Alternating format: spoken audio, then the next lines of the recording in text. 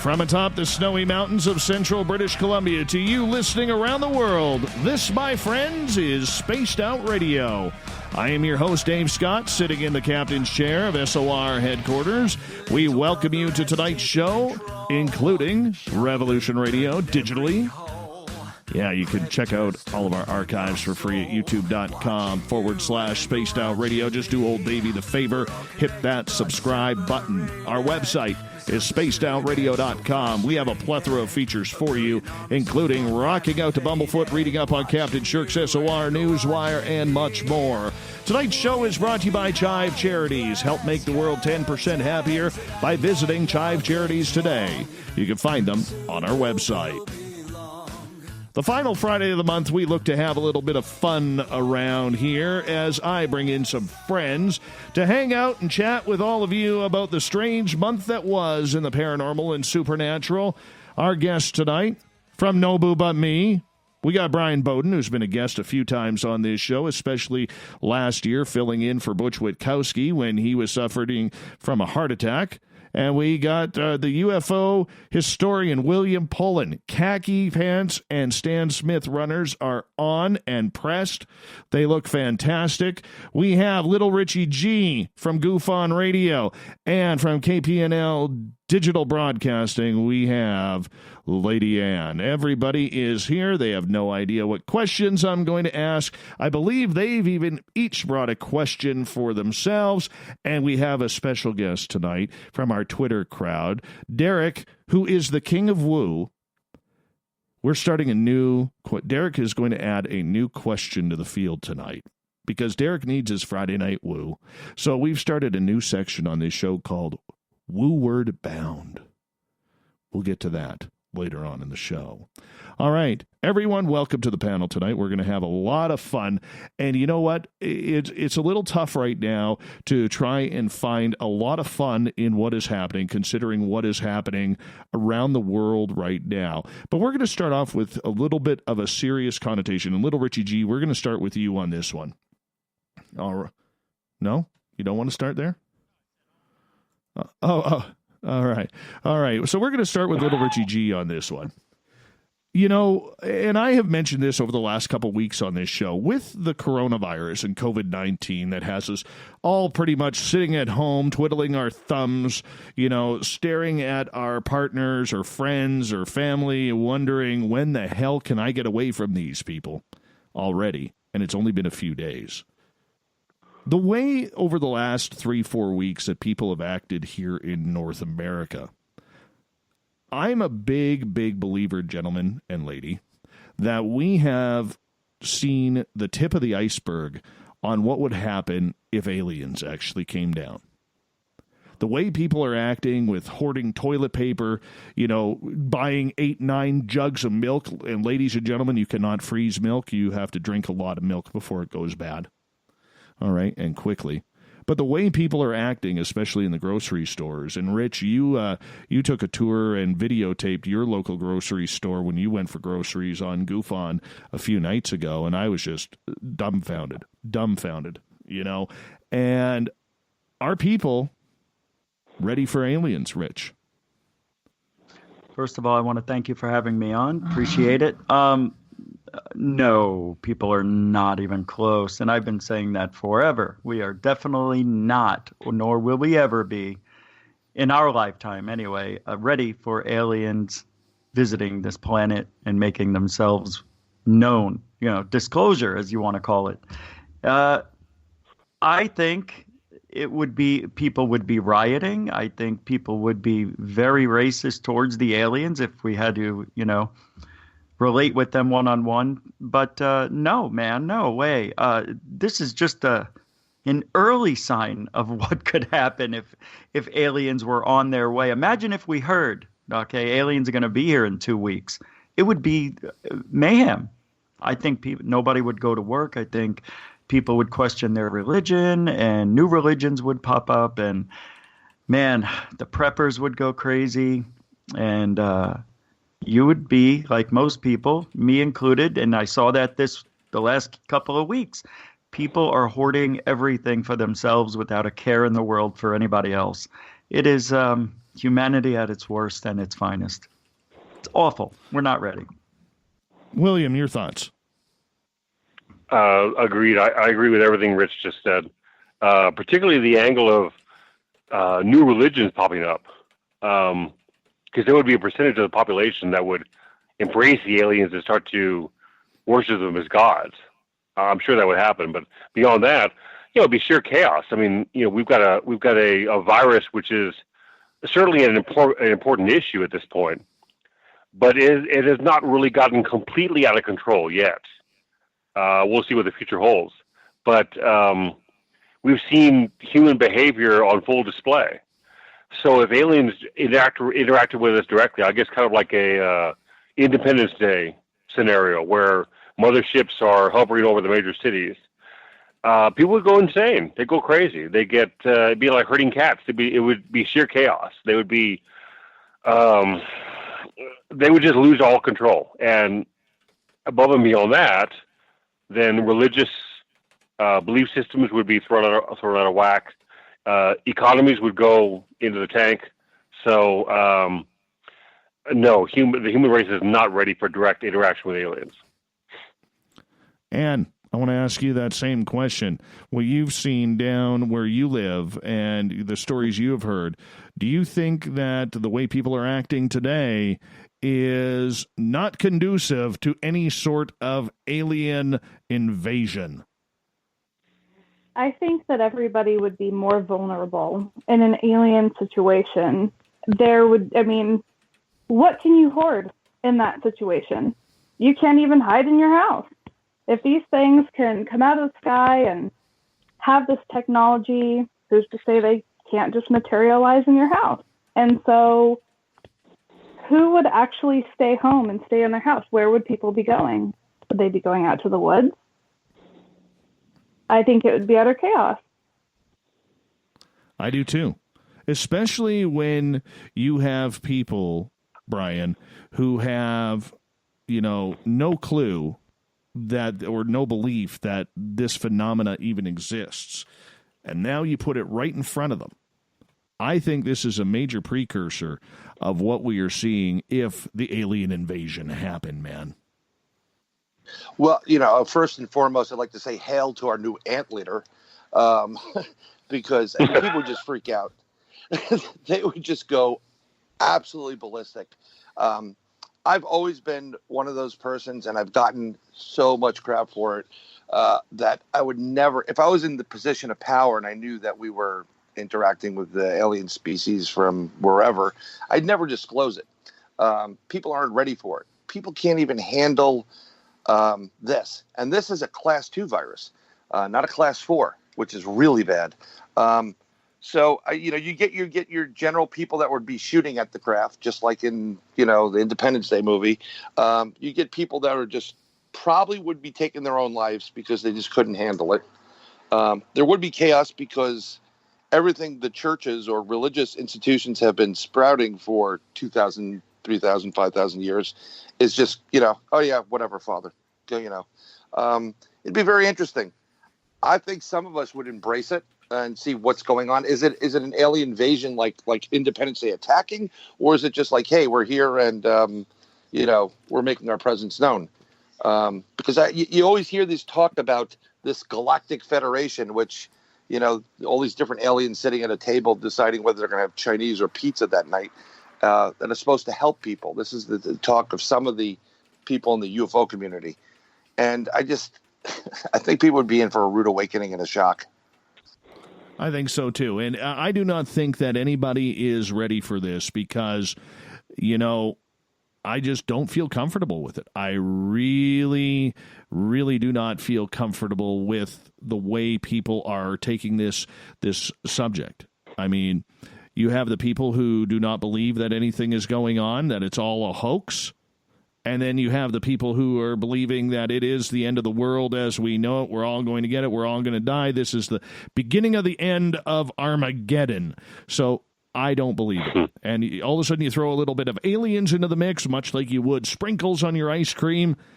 And guess what? We are down the toilet. You might as well get your guns, go find a cave to live in. Make sure you get enough firewood, though, so bring a chainsaw, and we end up looking like the Road Warrior, back in Australia. I think that year's coming up. Isn't it like 2037 or something like that, the Road Warrior? Yeah, like that, Yeah, something like that, yeah. Mad Max. Yeah. So, anyways, let's continue on here because in March we had some very interesting topics. Let's get into Dogman a little bit here. We hear so much about Bigfoot. It's Bigfoot this, Bigfoot that. And here we are with this dogman-like creature that is running around. Everybody, when you go into the forest, especially if you're in that Ohio, Wisconsin, Michigan area, into Pennsylvania, you should be entering the forest with some extra tennis balls just in case this dogman comes out, because we all know that any dog out there cannot resist playing fetch. Brian, you're kind of the key guy on this when it comes to this. I want to ask you, what are people chasing? I can believe in Bigfoot. I think a lot of people will give Bigfoot the thumbs up. But as much as I want to believe in Dogman, and I've heard the stories, read the stories, heard from the eyewitnesses, Butch Witkowski, who will be on here on Monday night, I don't know if this is actually real. You're dealing with it. What are we dealing with here? Well, a couple years back when I actually heard about this creature, this cryptid, I thought like, oh, this is a lot of BS. Like someone's making up some stuff. But lo and behold, I actually had encounters with this creature. And we were actually in Thales, New York. We were at a cemetery for a large facility where they discovered the polio vaccine by testing it on children. And in the cemetery, we had these these noises of howls like werewolves. After our investigation, we went over to where our car was about a quarter mile away, and there was this very large, looked like a wolf. I mean, I've never seen a big wolf like that in New York State.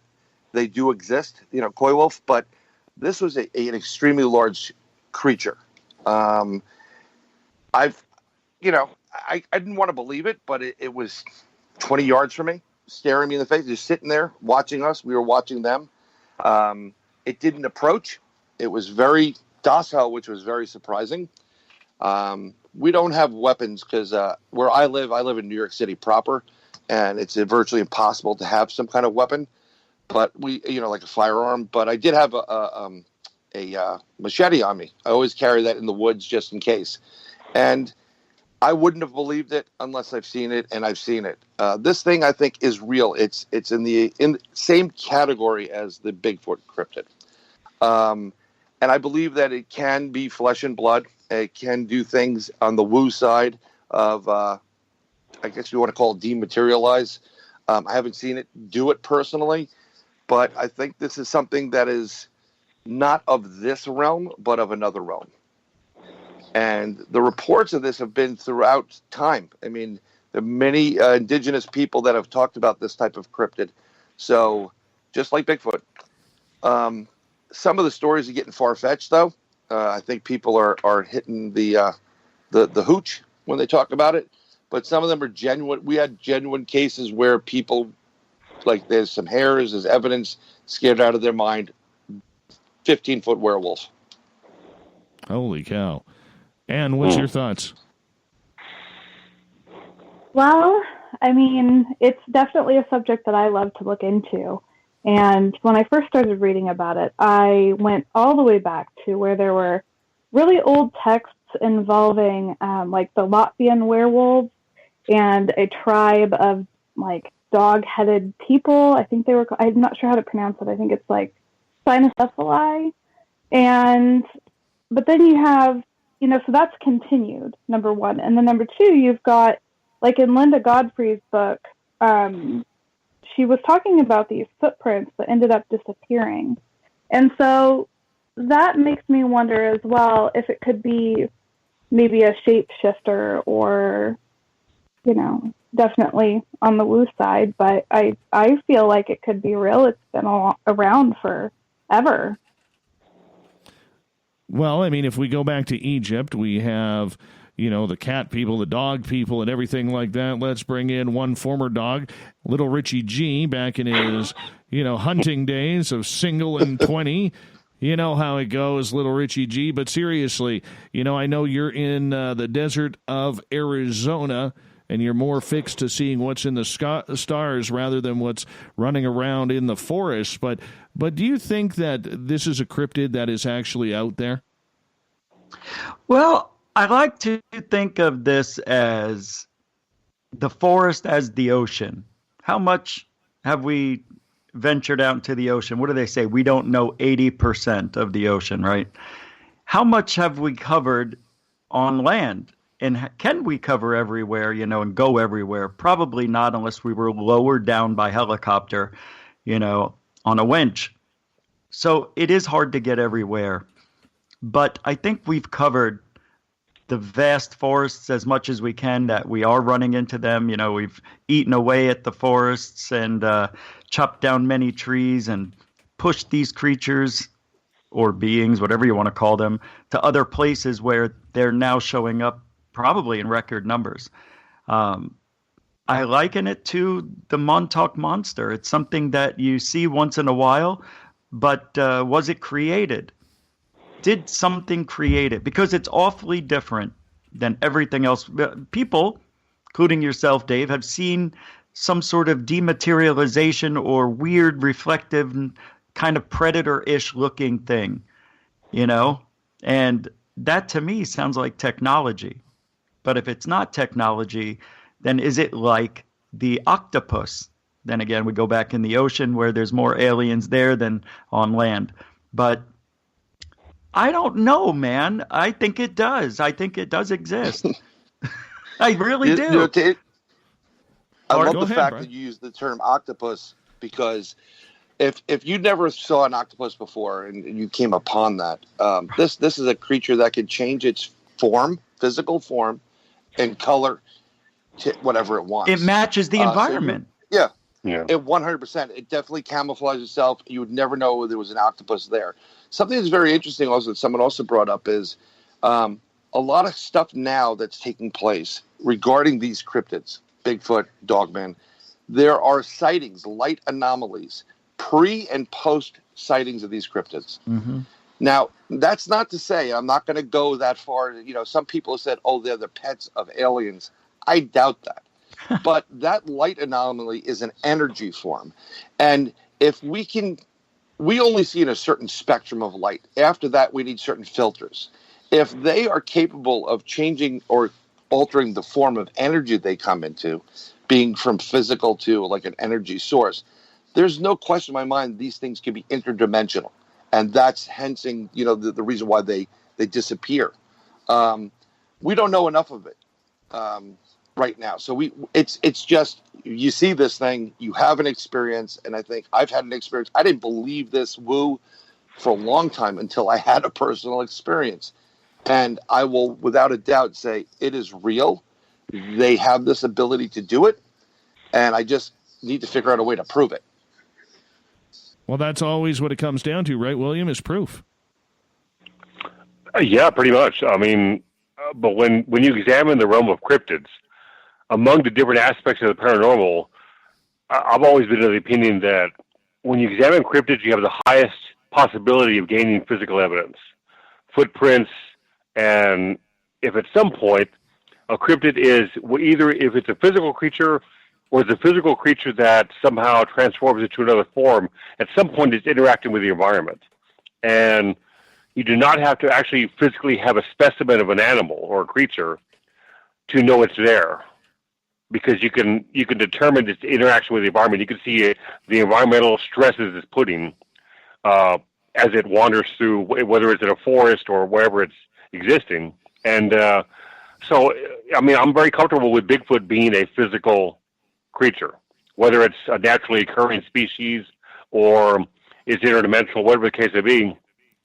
At some point, it interacts directly with the environment on a physical level. Those are measurable things. Those are scientifically valid concepts we can all wrap our head around. Dogman seems to be in that realm. At some point, it's a physical creature, which means it's on Earth interacting with the environment. We should be able to measure those things. So I'm pretty comfortable with the idea that this cryptid exists. But like Brian said, we don't know a lot about it yet. So we need to keep pushing and examining these things, and perhaps at some point we'll have an idea of what this thing actually is. And also, there's very little evidence when it comes to Dogman. I don't think I've ever seen a photo other than red eyes. That's true. Yeah, that too. Yeah. I mean, I've seen a couple of photos of these things, and they definitely do look like, really big wolves standing on their hind legs. Some of them are scary looking, like super, like Van Helsing type of scary. Something that's very interesting that I think part of the woo factor is it's unknown. And I think as we get deeper and deeper and more knowledgeable about quantum mechanics and in physics, it's going to open up it's going to spill over into the evidence for all these creatures. It's science, and we just can't get to it right now because a lot of this stuff is out of our realm. We're all in our own little rooms, right? So we're tuned into Spaced Out Radio right now because we're tuned into it. We're dialed in. But that doesn't mean that there's nothing else in our space right here. We just can't see it because we're not tuned into it. Maybe we need a special filter on a lens that captures spectrums that are higher than visible light or something. There's plenty of times when you see that predator type of creature. I've caught it. I've seen it. It's a real thing. Actually, there's a documentary called Finding Jay, and in it, one of the tree branches starts bending. But if you really pay attention to it, it looks like there's something like standing there. It's invisible, but it's standing there making it bend. The problem is we can't see it, and any distortion, you're going to say, oh, that's pareidolia or an electronic problem. But it may not be. You may have a physical creature standing right in front of your face, and you would never even know it. Yeah. That I agree with. That I agree with from my own Bigfoot experience and seeing the pixelation. That I agree with is that I believe these creatures have some sort of anomalous ability to cloak themselves and to make sure that they are not seen. I'm not saying they have, they're wearing invisible bell bottoms or anything like that. I'm not saying that at all. But they do have some sort of ability to naturally camouflage themselves. So it is almost like the movie Predator, where this thing just disappears.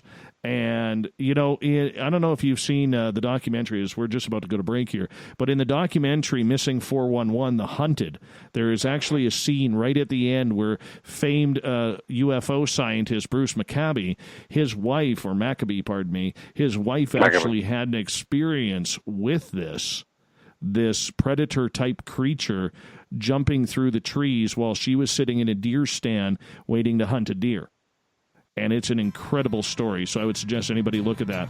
The SOR Paranormal Roundtable, we have William Pullen, Lady Ann from KPNL, Little Richie G from Goof On, and from about 87 podcasts, we have Brian Bowden. We'll be back with the second half hour of Spaced Out Radio coming up on the Roundtable.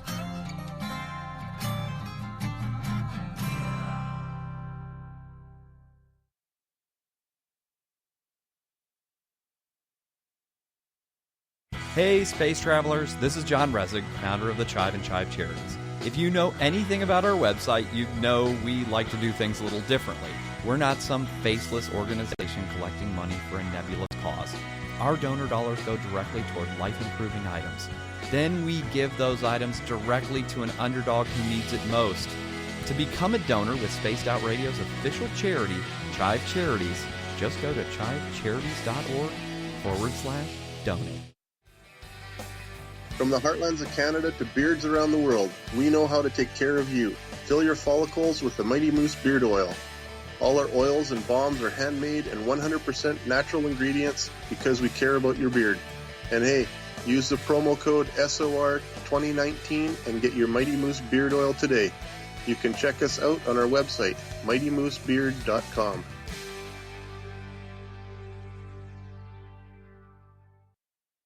Hello, this is your guitar man, Ron Bumblefoot Thorne, and I have to tell you, I love the response I get for Little Brother is Watching from Spaced Out Radio fans. It's amazing how music can inspire and make people think deeper about what's going on in the supernatural world.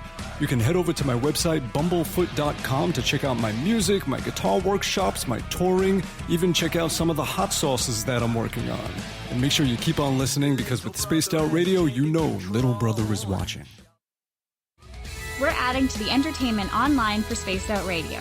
I'm Amber Beckrud, and I want to invite you to subscribe to our YouTube channel and check out Cryptid Tales, where I will take you on a journey into some of the strangest legends and lore from around the world, relaying the stories to you of the strange creatures and experiences that people have had throughout time. You can find Cryptid Tales at youtube.com/Spaced Out Radio. And while you're there, don't forget to check out our free archives and leave a comment. See you there. Hey everybody, the SOR Space Travelers is open. For just $5 a month, you can hang out with Dave and our crew privately in our members-only section. With your signing, you'll receive newsletters on what's going on with Spaced Out Radio. You'll have direct contact with the host during the show in our chat, live streaming videos, and a great forum for your posts and more. Become a space traveler now at spacedoutradio.com.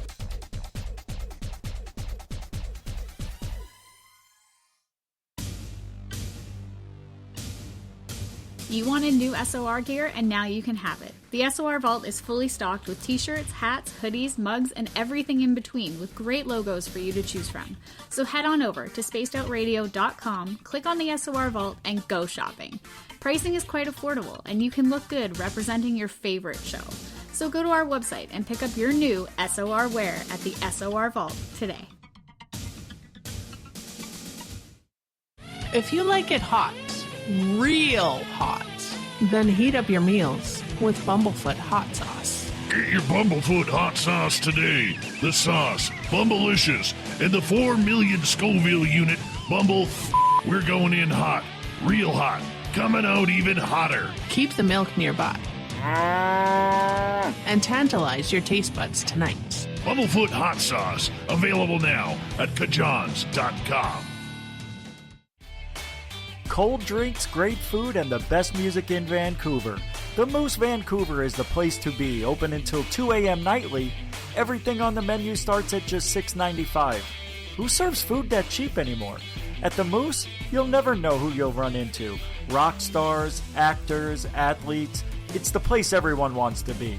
So join us at the Moose Vancouver, the official party bar of Spaced Out Radio. Hello, Space Travelers. It's me again, Carl. Don't forget to join the Space Travelers Club for just $5 a month and follow Spaced Out Radio on Twitter at Spaced Out Radio. Our Instagram, Dave Scott SOR. Our Facebook page is Spaced Out Radio Show. Our archives are free at youtube.com/Spaced Out Radio. Come woo it up with Spaced Out Radio today. Bye!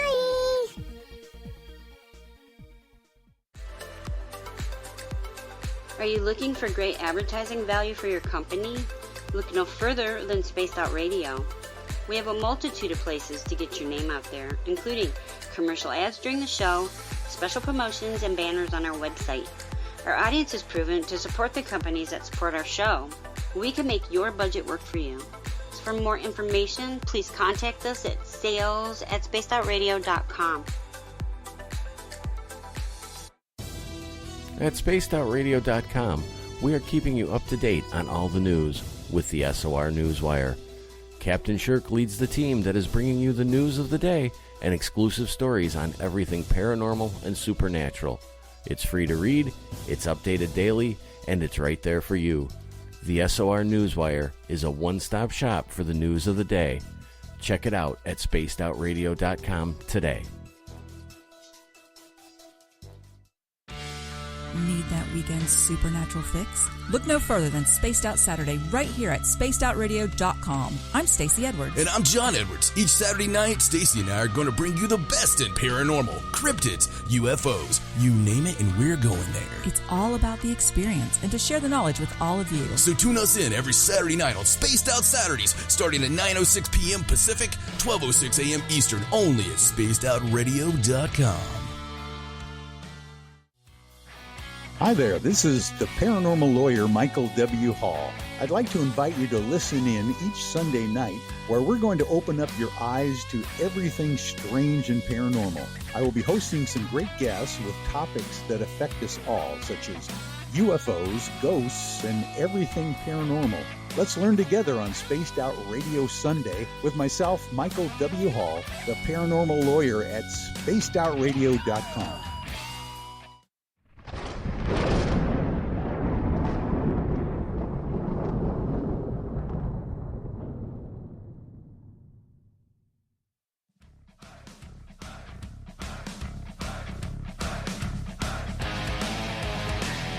Welcome back to the second half hour of Spaced Out Radio tonight. I am your host, Dave Scott, sitting in the captain's chair of SOR headquarters, appreciating each and every one of you who is tuning on in. As Rich said, tune on in. You know, Rich, I got to tell you, I did some commercials for one of our new radio stations. Yep. And I stole your line from your former SOR commercials. The tune on in? I totally stole it. That's awesome. That's all right, man. I didn't copyright it yet. I know, but I totally did it. And the guy was like, that commercial is awesome. So I totally owe you for that. Totally owe you. I'll give you a high five. Oh, we're not allowed to do that anymore. Imaginary high five for little Richie G right there on YouTube. Exactly. All right, guys, I'm going to get to a little thing that bugs me about the field. And I don't know why this one just gnaws at me. It's like that itch in the middle of your back that you cannot reach to scratch. All right. Kawani Lapsaritis, a great Sasquatch researcher who has had numerous experiences and really, really believes that there is something special about the Sasquatch. And I like that too, okay? I tend to believe there is something unique and special about this creature. What it is, I do not know. But this one really, really grinds my gears because I'm hearing it more and more lately. And it is people calling Sasquatch the Sasquatch people. Why do we have to personalize, William, everything? Why can't it be its own creature? Why do we have to humanize everything? They are not a people that we know of. This creature hasn't even been proven. And to me, when we start getting into dialects like that, it makes us sound really, really ignorant, repugnant, and stupid, even though we're not. Agreed. Help me out here. Help me out here. You know, how we vocalize our feelings and how we try to rationalize the unknown. People tend to look at things from a human perspective. In the UFO field, they try to assign human motivations to extraterrestrials. Well, by definition, extraterrestrials are alien. They didn't evolve here, so we have no idea what their belief structures are, what their morals are. Do they have any? Do they have any religious beliefs? Those are all dynamics. We have nothing. We have no idea about those things. We don't at all. So we project our own human values on them, which is indefensible at best. So when you hear people saying Sasquatch people, whether it's a concerted effort or it's unconscious, it's trying to humanize an unknown. It's trying to humanize something that is bipedal. It's humanoid. It kind of looks like us, but it's not us.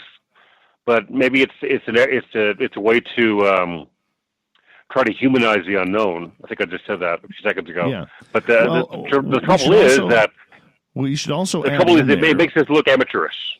It really does. Okay, but if we add in an indigenous aspect to this, many First Nations out there have called them the wild man, have referred to them as a wild man type creature or as some sort of person. So do we play off of that? I don't know. To my mind, wild man is not so specifically human as people.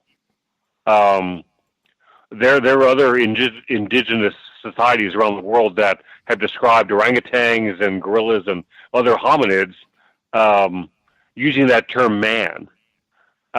But when you use the term people, to my mind, that seems much more about Homo sapiens as opposed to some of our simian ancestors or relatives. So I don't know. To my mind, it's very unfortunate that Sasquatch is being labeled like that. It is its own cryptid. I think it exists, and therefore it stands on its own 2 feet.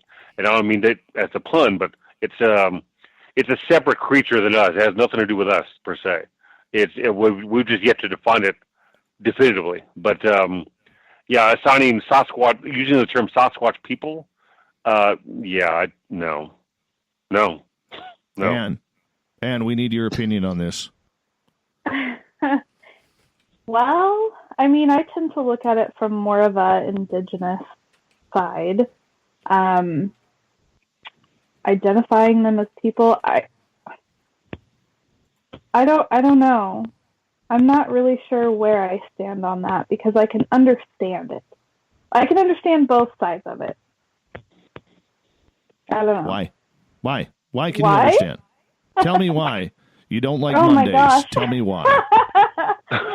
Well, I mean, okay, so there are stories from indigenous people about how they traded with them or they had war with them, and there are different practices that they observed that they had, and so of course they're going to identify them as people because they see a similarity, but on the other hand, a gorilla, like you guys were saying, is not a person. It's all just perception, I think. All right, let's go to Little Richie G. Let's go to the Little Richie G from Goof on Radio. Thanks again for allowing me to stay here. You're very welcome. You are very welcome. Well, nice. Thank you. Bigfoot. And when I heard the term, hairy people, whatever it is, I was like, who gives a, I'm like, who cares? I don't care. You can call whatever you want. We don't know what it is yet, or if it is. So you believe that it should have voting rights if it's a people? No, it's not. It's not going to. I'm just going to mirror what everybody else said, because it's not a person, or is it? I don't know. See, that's the whole thing. If it is a person, yeah, it's people, right?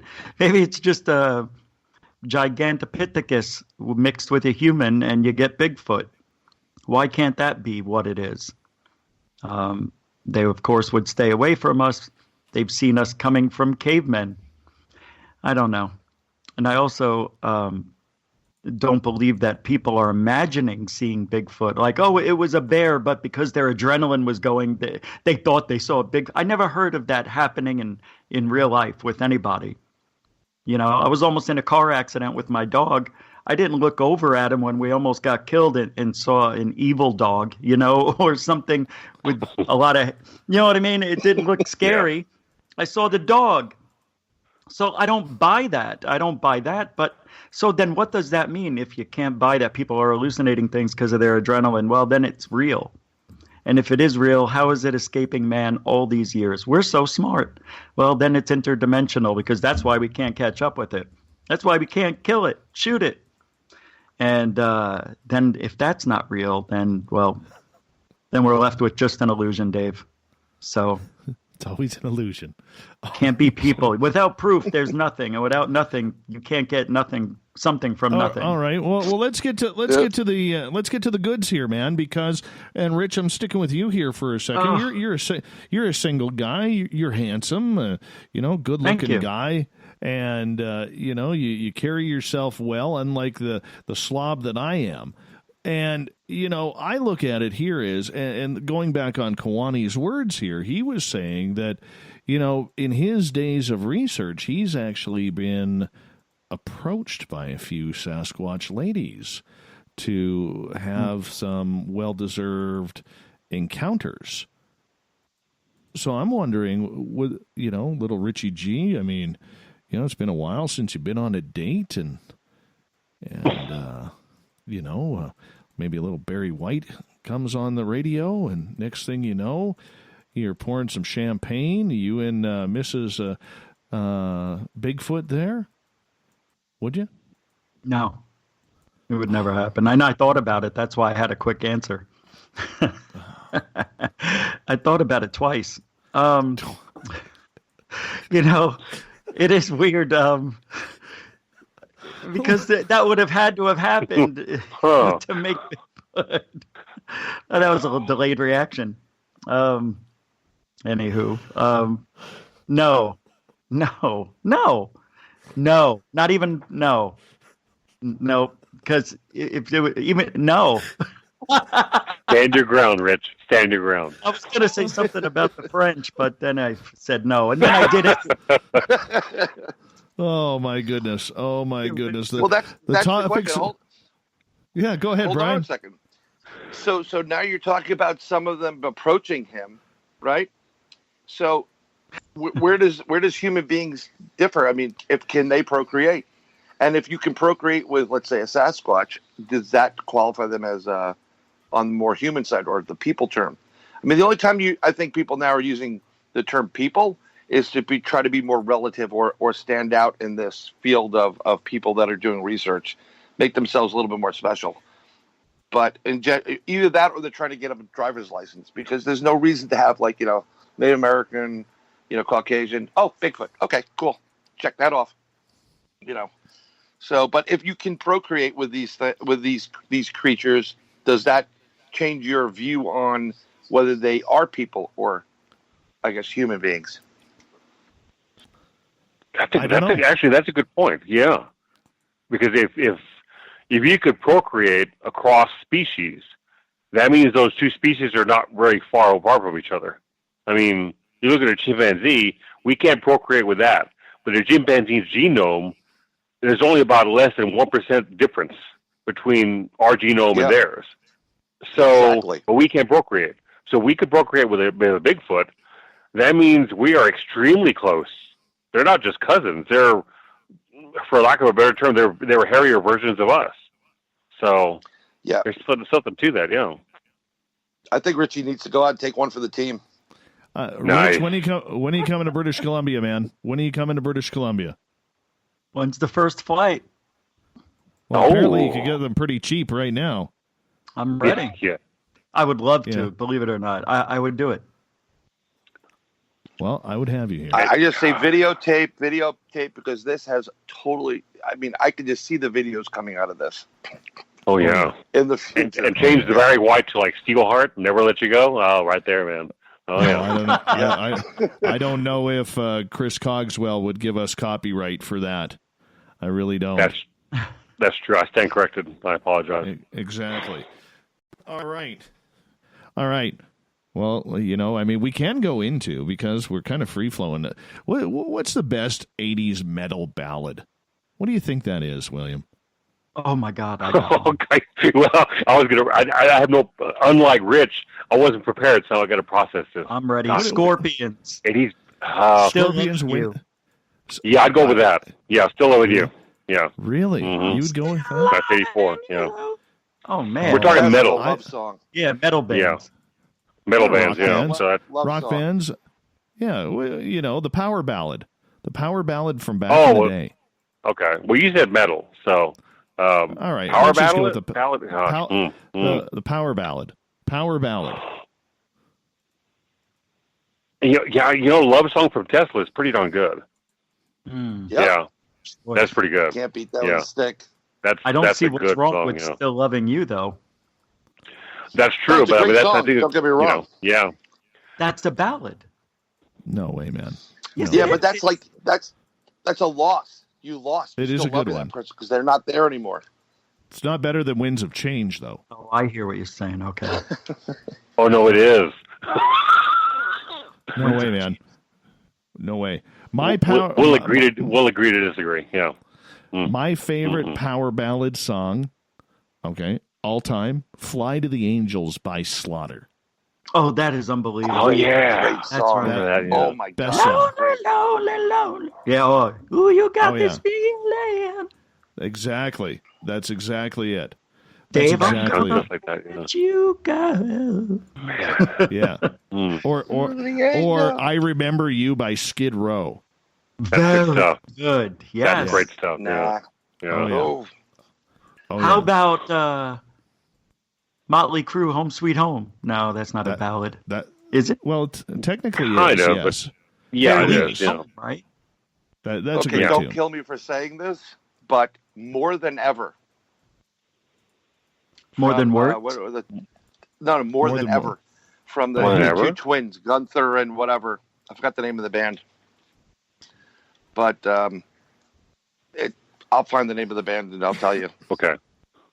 Yeah. Well, let's move on to a little bit more serious topic here as we are on the SOR Paranormal Roundtable. Little Richie G from Goof on Radio, 48 podcast man Brian Bowden from KPNL. We have Lady Ann and the UFO historian wearing his tightly pressed khakis.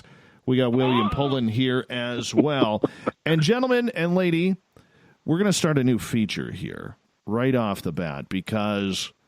You know, our Twitter crowd loves the woo. Loves the woo. They are very, very big into the woo. And so last night I came up with an idea with Derek, who literally, you know, he's bought a Peak Woo t-shirt from our store. He comes in, he gets all excited about the woo, and we started a new what the hell is this show called? Roundtable discussion called Woo Word Bound. So tonight's Woo Word Bound opening inaugural topic goes to a story that Derek has been following for a while. And this one actually came out on February 26th of this year, where and this was in the New York Post, where many people believe that Elon Musk is a time traveler. Brian, we're going to start with you on this one. Sure. All right. Do you think that Musk was in Canada in 1914 where his name was Raymond Collishaw, and he was his occupation an ace fighter pilot? No, not at all. You know, a lot of people see these famous people and then you try to match them up with figures, or they look familiar. They look like some people from the past. I don't think they're time travelers whatsoever. It's just not that it's not possible. I think it's very, very possible. But just think about it right now. Why would you come back to this time? Look what's going on right now. It doesn't make sense. Well, he is a billionaire. I think he's a billionaire, but he's not a billionaire anymore at this point. You know, if he keeps going the way it's going, I just think he's just has a familiarity to him that, and people are just trying to, you know, it's kind of like going into Nostradamus quatrains, which will come out very soon, where people look, he said it in this one and this one, you know, and they'll go to hindsight being 20/20. They'll fill in the blanks with whatever. Not a time traveler. I do find it interesting, though, that on a different scale of that, how some programs are pretty good about predicting the future. So I would, you know, like The Simpsons. You know, there's no evidence. Yeah, like The Simpsons. I mean, like, it's uncanny how they are spot on. So I would go more so with Matt Groening being a time traveler and telling people what's going to happen versus Elon Musk. He hasn't done anything to, my opinion, to elicit that kind of claim. All right, let's go over to William Pullen, you're a former scientist, because apparently former Twitter chief executive Dick Costolo once wondered if Elon may be proof that time travel exists because he seems to have either more hours in the day than the rest of us have, or he's from the future. Okay. I don't know what that statement means. No, I don't think he is. No, I think scientifically, I think space travel will be attained at some point. Theoretical science has proven that time travel is possible. Technologically, how we would achieve that, I have no idea. But having said that, I don't think Musk is a time traveler at all. But I mean, the part of the slippery slope is when people see a picture of someone a random person from, say, 80 years ago, 100 years ago, and they look awfully similar to somebody living today, if they're that ready to believe in that scenario, they might say, well, wait, that's Elon Musk back in 1914 or 1850 or whenever the photo was taken. Not cautiously stepping back and realizing there's been a few billion people that have lived on this planet. So random chance dictates that at some point another gentleman's going to be born that'll look an awfully lot like Musk or any one of us. Close enough that someone who's already predisposed to believing that will embrace that and say Musk is a time traveler. So, and going to Brian's point, I agree. There's certain programs that have been pretty spot on predicting future events. And yeah, maybe that's us embracing the successful predictions as opposed to kind of being aware of where they've missed. But that's an interesting concept that some programs have been pretty good at speculation about what the future may hold as it comes to be. So as opposed to the Jetsons missed on a lot of things, but the Simpsons haven't. So I don't know. I don't know. You know what? That was quite pragmatic there for such a woo topic. I think Elon may have. I mean, you look at that, and you notice that he was a former Canadian fighter pilot, of World War I. But here I'm going to take it to another level here. Because if you look at the Greta Thunberg time travel story, where there's a picture of her from 1898, or what looks like her, in Canada as well, I think my fellow Canadians are hiding some time travel here, Anne. I think they're hiding it. You got about a minute here before we got to go to break. What if time travel isn't the way that we normally look at it? What if it is reincarnation, and each time you come back, you're able to be more aware than the last time you were here? And then when you reincarnate, you look similar to the way that you did in past lives. But if you don't remember it, what good is it? Well, maybe you never remember parts, I don't feel So that you're way. saying we still look the same when we come back from reincarnation? What if we did? What if there are instances where we looked a certain way in 1918, but we had other incarnations between now and then, and we didn't look that way, but then we did when we came back this time?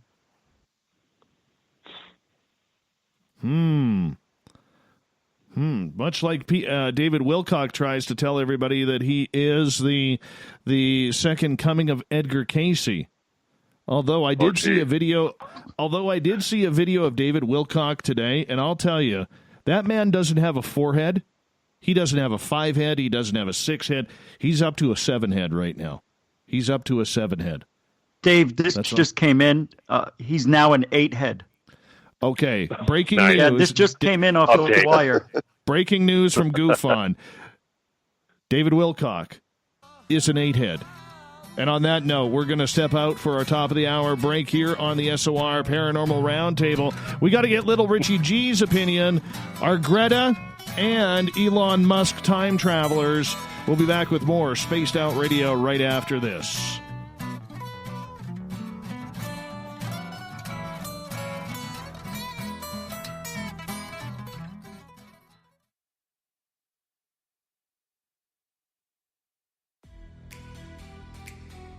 Are you an experiencer of something strange that can't be explained? Do you want help finding out what's going on? I'm Ryan Stacy, head of the Experiencer Support Association, otherwise known as TESSA. We've teamed up with Spaced Out Radio to investigate cases filled out in the SOR Sightlines report. We are independent and there's no cost to what we do. All we need is your experience. Let's find out what's happening together on the SOR Sightlines report. Looking for creative ways to get your company out in the public? How about advertising on Spaced Out Radio? Our sales department is waiting to hear from you, and we can work around any budget. From commercial spots to banners to special promotions, there are many opportunities to get your name and product out to our SOR listeners. For a price guide and more information, please contact us at sales@spacedoutradio.com.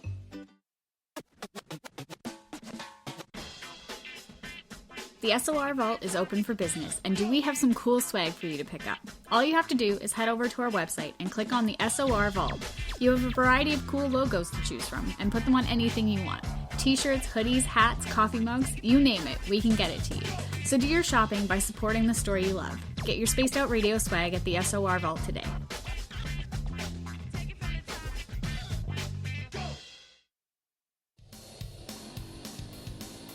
We all know on Spaced Out Radio we love a good beard and mustache, so why not take care of your facial hair with Mighty Moose Beard Oil? Made in Canada, we're taking care of beards and stashes around the world. We use 100% natural ingredients with our oils and balms to make your whiskers feel silky smooth. Use promo code SOR2019 at mightymoosebeard.com today.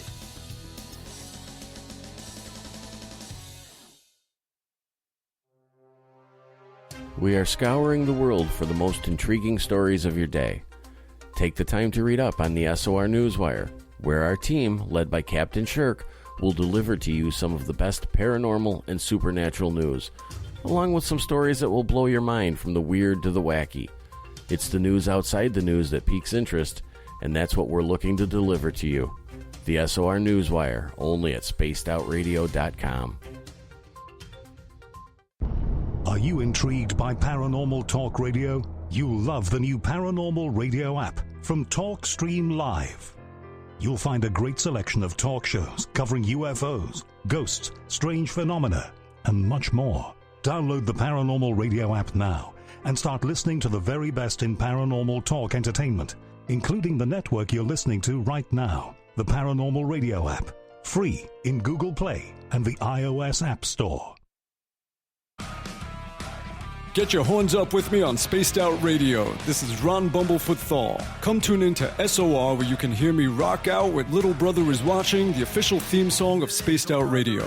And then come on over to bumblefoot.com, where you can find out about my tour schedule, my music, and everything else. Bumblefoot.com keeps you up to date on what I'm doing and the best way to stay in touch with my music and music camps. Sign up for my newsletter at bumblefoot.com, and remember, Little Brother Is Watching. Hi, this is Amber Beckrud, and I want to invite you to subscribe to our YouTube channel, where we store all of the SOR show archives for free. And as an added bonus, every 2 weeks I'm posting brand new content on Cryptid Tales, where I will get into some of the spookier legends and folklore from around the world and tell the stories that go with them. Find us at youtube.com/spacedoutradio and check out Cryptid Tales today. Drop a comment and let me know what you want to hear. See you there. Hey everyone, I'm John Edwards. And I'm Stacey Edwards. Together we're taking over Saturday nights on Spaced Out Radio, where we're going to bring our own experiences of the paranormal and talk to the best people we can find to help bring you answers to your strange tales. We're here to entertain your need for weekend woo! So tune us in at spacedoutradio.com starting at 9:06 Pacific, 12:06 a.m. Eastern, where we can all get a little spooky together. Spaced Out Saturday nights right here at spacedoutradio.com. We're taking Sunday nights out of this world on Spaced Out Radio.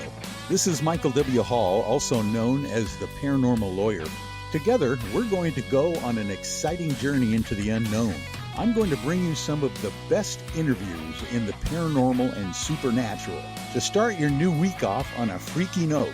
So tune in to Spaced Out Sundays with me, Michael W. Hall, only on spacedoutradio.com. Visit purpleplates.com today. For over 40 years, the Purple Energy Plates have been delivering amazing results for their many customers. Inspired by the great genius Nikola Tesla, the harmony, healing, and energetic effects of the plates have proven over and over to be beneficial and often miraculous to thousands of customers. Check their site for daily specials and choose from their many energy products. You won't be sorry. Visit them today at purpleplates.com. I'm feeling a little spicy tonight.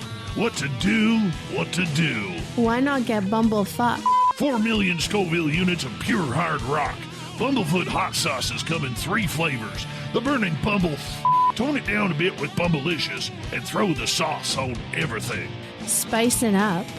Bumble me, baby. Bumblefoot hot sauce. Get it today at kajans.com. The party is always on at the Moose Vancouver. The Moose Vancouver is where you want to be when visiting Canada's West Coast.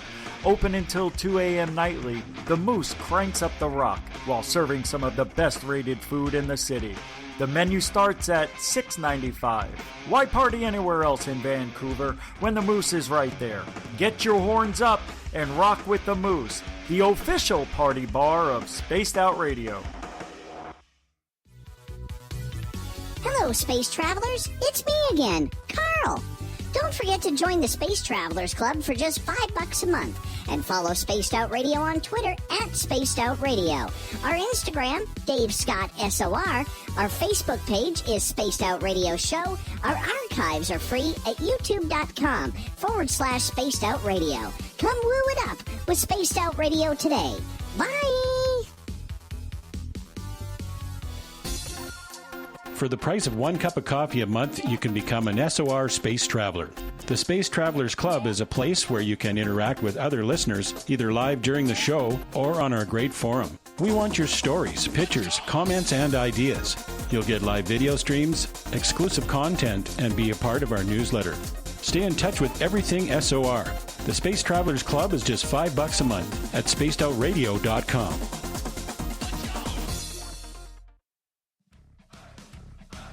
You're listening to Spaced Out Radio with Dave Scott. Follow Dave on Twitter at Spaced Out Radio and on Facebook, Spaced Out Radio Show. Welcome back to the second hour of Spaced Out Radio tonight. I am your host, Dave Scott. I appreciate all of you tuning us all in here on the mighty SOR as it's the final Friday of the month. We're going to have some fun tonight. We want to give a shout-out to everybody listening in on our terrestrial affiliates, along with the digital side on Revolution Radio. Remember, you can check out all of our archives for free at youtube.com/Spaced Out Radio. Just do old Davey the favor. Hit that subscribe button. The Desert Clam has set the password for tonight in the SOR Space Travelers Club. Ornithopter. Ornithopter is your password. Nobody knows what it means, but the Clam sets a password each and every night right here on Spaced Out Radio. Our website is spacedoutradio.com. We got a plethora of features for you, including rocking out to Bumblefoot and reading up on Captain Shirk's SOR Newswire. It's the final Friday of the month, which means that it is time for the SOR Paranormal Roundtable. We got a great crew with us tonight, starting off with Little Richie G from Goof On Radio, our UFO historian, William Pullen from KPNL Digital Broadcasting. We have Lady Ann as well from the man with about 88 podcasts. We have, I know, Brian Bowden is here. He's been a former guest on this show a few times, and we love him around here. Everyone, welcome back to the show. And right before the break, we were talking about time travelers, thanks to Derek from Twitter, his new feature called Woo Word Bound. And we're talking whether or not Elon Musk is a time traveler or Greta Thunberg. Little Richie G, I know you've checked things out because you are one of the few who is on top of their game when it comes to little conspiracies like this. What's your thoughts? Are we having time travelers here going on? First of all, I want to say thank you for allowing me to stay here. And I believe we don't. No, I don't believe in time travel. I don't think it's possible. So I don't believe in the Thirda Grunberg, whatever her name is, or the other people that they're time travelers. I just think, we talked about it before the break, that there's several people that look similar that we've captured photos of, and some of those people just became well known. And that's what we do. You know, we use pareidolia and all sorts of things to look for things that are familiar to us or similar. So that's all it is. Oh, that's I right. Disagree. I no, disagree. You're wrong. With you. Can't have time travel. That's the Why show. Why can't you have it? You know, Forget it, Science it's over. Science I'll Bob tell you says why. it's possible. Science Bob says it's possible. He's wrong. You have to have the exact coordination. You have to know where the planet's going to be at any given time. Even if you're off, if your math is wrong and you can't figure out where to land in the past or the future, you're done. You're going to be floating in space. It's very hard math. You want to go 100 years in the past and figure out where the Earth has been, and you have to land exactly on Earth, figure out the spin, wind, rain, weather, everything else, gravity. No, can't do it. So negative. I live in reality. All right, we live in a matrix reality. No, we live in. Oh, man. I'm joking halfway, but yeah, we never really know. But it is what it is. I don't think we can do any of that stuff. Sorry. So you don't believe there is a single time traveler that has been here as of yet? I don't believe it at all. No. You want to talk interdimensionally? That's different. Time travel?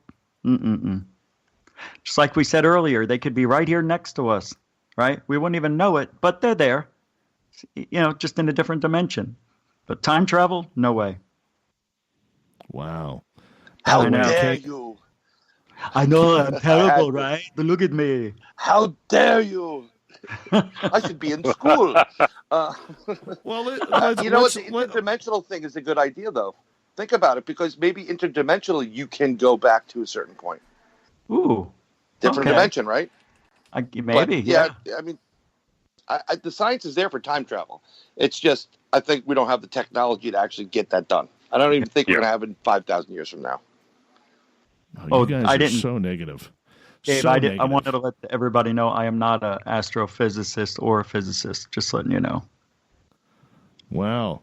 All right. We know. Is that who studies time travel? Who studies time travel? I don't even know. Andrew Bashago. Everybody at CERN. That's who does. Andrew Bashago. John Teeter. Barack Obama. They're all time travelers. All time travelers. Is too. Yes. But he's Kiefer not. Sutherland. Matthew McConaughey. Eddie Murphy and the rapper guy, Jay-Z. Yeah, Jay-Z. Yeah. Yes. Right. Yeah. Yeah. They're all time travelers. Dave, I showed you pictures of other things Bigfoot looks just like you. Don't you think it's possible? Now, okay. Now that you brought that up, you can't have it as an inside joke. You might as well explain to everybody why you think that there is a Bigfoot picture of me out there. Because there is a picture out there of Bigfoot that has similar facial features as you, and hair and everything else. I'm joking. I'm talking like it was a silhouette. It's a joke, man. I'm just joking. No, it was serious. It's true. Oh, yes. It was a picture, and somebody said, "Doesn't this look like Dave?" And I'm like, "It kind of does, actually," and it stuck. It stuck. S-T-O-O-K. Stuck. It stuck. It's Italian. Apparently, my Canadian accent is all over the place too. But nonetheless, let's talk a little bit of time travel, because Brian, you got a little vocal there for a quick second. Do you believe there are time travelers here on Earth right now? Actually, yes. I don't think we can do it, but I think that there are advanced beings that have done it. Something that's very strange is if you look at some of the older archive photos, great one is Lincoln's address, Gettysburg. There seems to be people in some of these photos that are doing things that would be more modern. There's one, there was an old silent movie, and some woman's walking, and it looks like she's talking into a cell phone. There was a gentleman in at the Gettysburg address that definitely looked out of place in comparison to the dress and look of the other people. So yeah, I think that it's possible, but I don't think Elon Musk is a time traveler. How about you, William? What about Corey Good or Sergeant Randy Kramer, who spent 20 years on Mars? No. They've claimed it did. No, it didn't happen. Science on a chalkboard has proven time travel is a possible scenario. Technologically, we can't do that. We can't achieve that. And who knows how long that would take, if that's even attainable by the human race. But are there time travelers from far, far in the future? Or time travelers that look like humans but they're not? I mean, I'm comfortable saying that, because we just don't know. If we don't blow ourselves up, if we live another 10,000 years, that might be enough time to develop time travel technology. if other extraterrestrial species are much older than us, and if they're more advanced, that kind of is a logical assumption. If they're more advanced, they tend to be older than us. Could they have attained time travel capabilities? I don't see why not. So I'm comfortable. I'm comfortable with the idea that there might be time travelers among us. But as far as humans of our own general time, even humans living 1,000 years in the future, even that may not be enough time to develop this ability. So, but are they among us? They might be. They might be. I think it's getting back to that. Go ahead. The good stuff and going to Mars and all that stuff. I don't believe that's time travel as much as that's being able to transport from one place to another, maybe figuring that gate out. We did have something called the Philadelphia experiment. And when the ship did disappear, it's been proven, when it reappeared, some of the individuals on the ship were embedded into the actual material there. So I think the ability to, let's say, transport from Earth to another planet or vice versa is possible, but I don't consider that time travel. It's a totally different type of dynamic. Do you know why they were embedded? I know the answer. I just want to see if anybody knows why they were embedded into the ship. Anybody want to take a guess? No? Because of the waves. Because it's the waves in the ocean. Because the ship goes up and down very subtly. So that's why when it came back, the ship was a little higher or a little lower than it was before. It's pretty cool. But that also proves the point where you were saying before, where you can't get back to, like, I want to go to 2019 January 1st, and I want to be in New York City, whatever. Yeah, it's too complex to be that specific. But to be transported from point A to point B is actually more reasonable scientifically. They're doing it now. Yeah. But the ship never disappeared. It disappeared as an illusion. It was still there, maybe in another dimension. Yeah, and came back. Right. It's pretty wild. Yeah. It was still very interesting. I mean, trying to cloak it. Yeah. That's all Einstein right there. Well, you know what? Anne, your thoughts? Time travel. Do we have time travelers here right now?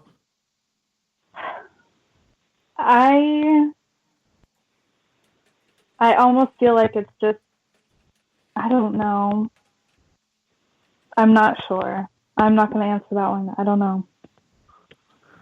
I bet you she's hiding time travelers in her closets. That's why she's refusing to answer. Absolutely. Hiding time travelers in her closet. That's my opinion of it. Well, we're going to change topics here. Did any of you actually prepare a question? Let's just be honest. I did. Oh, I did, but we kind of addressed it, so it's kind of like a moot point. All right. Well, let's go to William's question. What's your question for the panel? Woo it up for us a little bit, William. Well, it was kind of along the lines of the way humans are interacting among themselves with this coronavirus thing going around, and if aliens decided to directly interact with us. And I guess the idea was, why would that happen? Could it be because we're simply a petri dish experiment for extraterrestrials? Is that a valid possibility? Are we simply a large-scale experiment in biology for them to observe? That idea is thrown out there, but how realistic is that idea? I don't think it's realistic at all. Yeah, I agree too. But the idea is thrown out there a lot in the UFO community. It's discussed a lot, so it has a life of its own, among other. But they need something. The UFO community needs something right now because they have nothing. TTSA is silent. Nobody is doing anything because everybody is stuck at home unless you are an essential service around the world, right? So we're grasping at straws here. And if it means that we got to get into a little bit of silliness, we're getting into that silliness. That's a community right now. And unfortunately, that's the only way it could go. So, I mean, do I agree with it? Dave, that's a community all the time. You know who's It been really is. vocal? The only person of all this, these para-celebrities, you want to call them, that's been vocal is actually David Icke. I've been seeing a lot of Icke stuff lately. Yes, and very he's much been so. talking about this is the reptilians and this is the New World Order. But yeah, all the other guys that are out there selling you, snake oil, and I'm going to call it like it is, they're nowhere to be found. Oh, this is David Icke's dream of dreams right here. What's happening? Yes. Yep. Oh, yes. Yep, sure is. Oh, yes. Yep. I feel another book coming. Oh, there is going to be a book. I mean, a book and a tour. And a tour, for people who may not know who David Icke is and wondering, well, who is this David Icke? This is a guy who believes that nobody lives up until the age of 90 because if you do, or because he socially agrees that the only reason why Queen Elizabeth is still alive at 92 years old is because she feeds off the blood of virgin children. I mean, that's how sickening this guy and idiotic this guy is. I don't usually and she's a reptilian. Forget that. Yeah, she's a reptilian too. And Right. so I don't usually, and Rich knows, and other people who've been on this show know that I don't usually go down that kind of level of ridiculousness. I mean, there's a difference between going through woo, and I love the woo, all right? I can't get enough woo. But there is also, a point of trying to state absolute ridiculousness as fact. And that's why we don't hit a lot of those topics on this show. We're about fun here. But I mean, like I've had a number of people come up to me, well, why don't you do a show on Pizzagate? Well, first off, it was proven there is no such thing. All right, because there was a basement. There was no basement in the pizza parlor. Number two, there is absolutely zero proof on anything regarding that. And I'm not saying this as a debate to the panel or anything like that, but there is just certain things that we will not get into because of the way it is investigated and the way that these anonymous sources, never seem to have a name. They never seem to come out. They never have anything. And, I, as a reporter, I could say that, there's a time and a place where sources need to come out. But when you are making extremely false, wildly ridiculous statements like that, you got to be able to prove it. And none of this is ever provable, ever. So that's kind of my issue on that. All right, let's move on here. Speaking of the field of ufology, as we got about 5 minutes to go before we go to break, there's a lot of people who are taking the time to look up in the sky. I didn't say skies because that would absolutely send Richie G through the roof because there is only one sky. See how I caught that, Richie, right off the bat? I was waiting. Yeah. All right. Do you think we're going to see more UFOs and have more UFO reports come out now that people are sitting at home and as it starts to warm up, they're going to be spending more time on their patios? Richie? I don't know, man. I thought we would have already seen an uptick in reports, but we haven't. Actually, it seems to have gotten less active, which is very strange. And I think that might be because we're not outside going to work, looking up, going to lunch, looking up. Maybe people look up when they're outside, or we're not even allowed to do certain things right now. So I think it's restricting people from looking up even in their own yards. A lot of people don't realize, but it's boring. Okay, so if you can't handle staying outside for more than an hour to do some real research and see if you can see anything in different locations and different times of the day, then don't even bother. No, I take that back. Actually, go out, stay for an hour, come back in. It's better than nothing, I guess. But I just like to see some real research, but we're not seeing anything, Dave. It's weird. It's very slow. Well, let me ask you this. What is real research? Really? If you see something and you don't understand what it is, try to figure out if there was any satellites, airplanes, drones, or anything in the area. And if you're going to put a report in, give every single detail you could remember.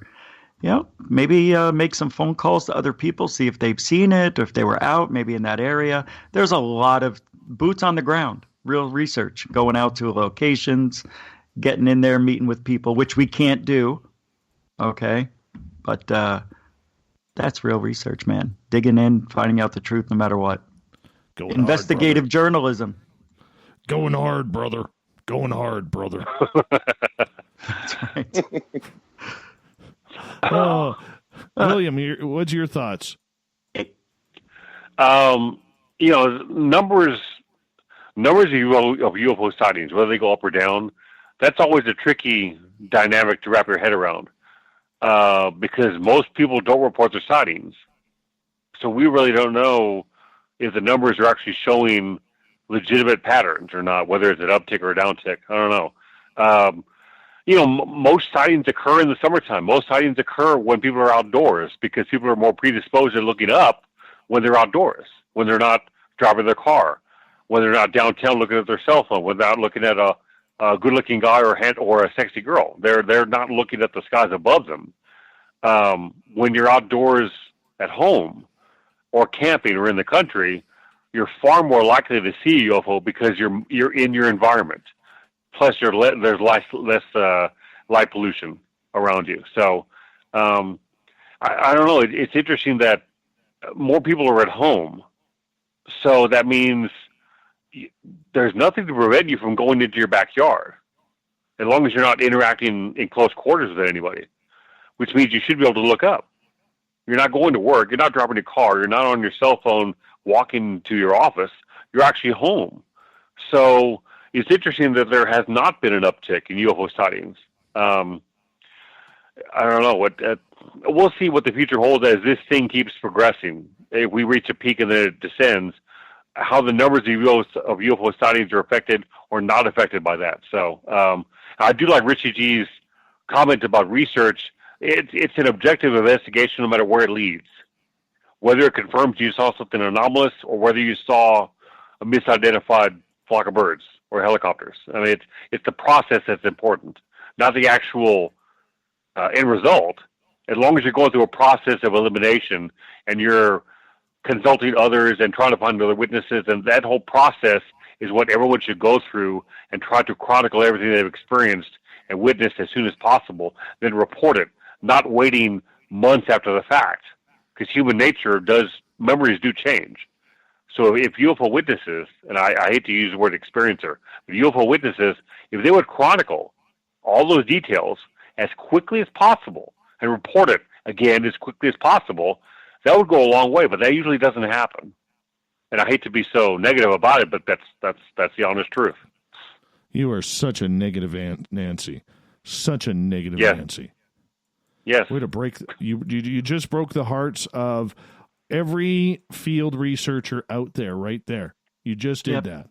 Truth is always negative. Exactly. We might as well not even have a show now because of that comment.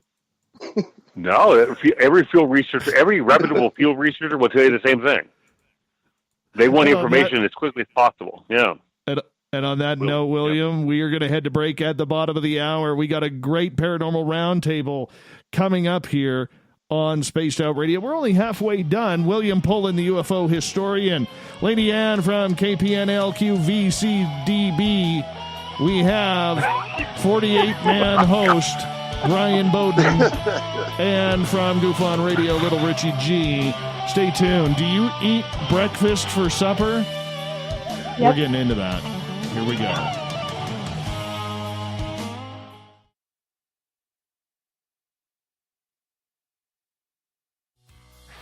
Hi there, this is the paranormal lawyer Michael W. Hall. I'd like to invite you to listen in each Sunday night where we're going to open up your eyes to everything strange and paranormal. I will be hosting some great guests with topics that affect us all, such as UFOs, ghosts, and everything paranormal. Let's learn together on Spaced Out Radio Sunday with myself, Michael W. Hall, the paranormal lawyer at spacedoutradio.com. Cold drinks, great food, and the best music in Vancouver. The Moose Vancouver is the place to be, open until 2 a.m. nightly. Everything on the menu starts at just $6.95. Who serves food that cheap anymore? At the Moose, you'll never know who you'll run into. Rock stars, actors, athletes, It's the place everyone wants to be. So join us at the Moose Vancouver, the official party bar of Spaced Out Radio. Hello, space travelers. It's me again, Carl. Don't forget to join the Space Travelers Club for just $5 a month and follow Spaced Out Radio on Twitter at Spaced Out Radio. Our Instagram, Dave Scott SOR. Our Facebook page is Spaced Out Radio Show. Our archives are free at youtube.com/Spaced Out Radio. Come woo it up with Spaced Out Radio today. Bye! At spacedoutradio.com, we are keeping you up to date on all the news with the SOR Newswire. Captain Shirk leads the team that is bringing you the news of the day and exclusive stories on everything paranormal and supernatural. It's free to read, it's updated daily, and it's right there for you. The SOR Newswire is a one-stop shop for the news of the day. Check it out at spacedoutradio.com today.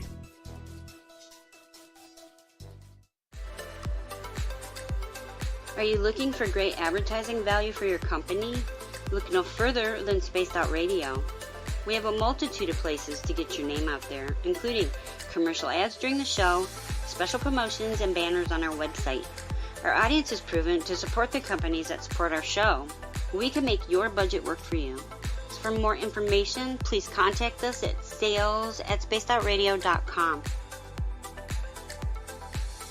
Hey, space travelers, this is John Resig, founder of the Chive and Chive Charities. If you know anything about our website, you know we like to do things a little differently. We're not some faceless organization collecting money for a nebulous cause. Our donor dollars go directly toward life-improving items. Then we give those items directly to an underdog who needs it most. To become a donor with Spaced Out Radio's official charity, Chive Charities, just go to chivecharities.org/donate.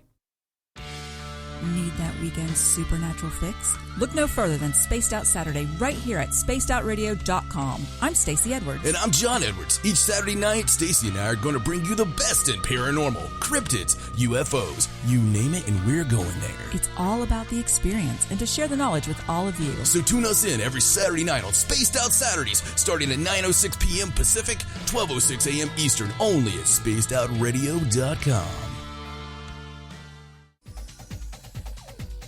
Hey everybody, the SOR Space Travelers is open. For just $5 a month, you can hang out with Dave and our crew privately in our members-only section. With your signing, you'll receive newsletters on what's going on with Spaced Out Radio. You'll have direct contact with the host during the show in our chat, live streaming videos, and a great forum for your posts and more. Become a space traveler now at spacedoutradio.com.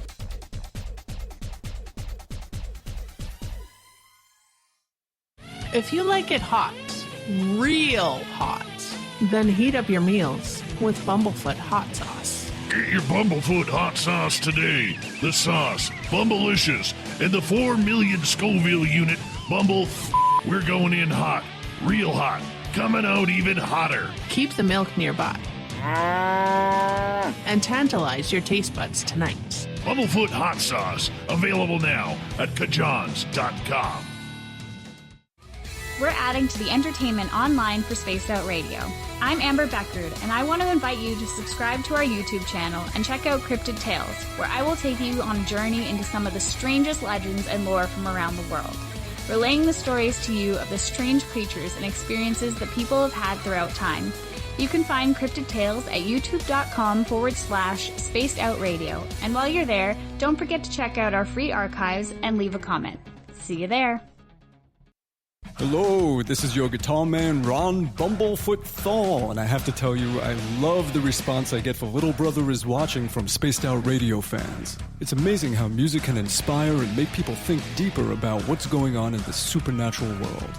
You can head over to my website, bumblefoot.com, to check out my music, my guitar workshops, my touring, even check out some of the hot sauces that I'm working on.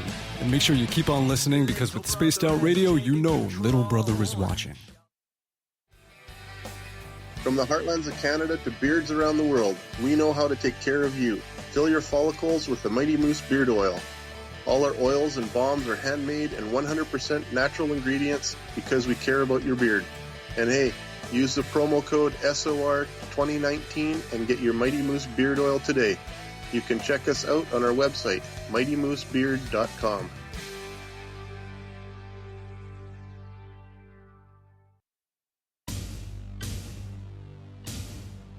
You wanted new SOR gear, and now you can have it. The SOR Vault is fully stocked with t-shirts, hats, hoodies, mugs, and everything in between with great logos for you to choose from. So head on over to spacedoutradio.com, click on the SOR Vault, and go shopping. Pricing is quite affordable, and you can look good representing your favorite show. So go to our website and pick up your new SOR wear at the SOR Vault today.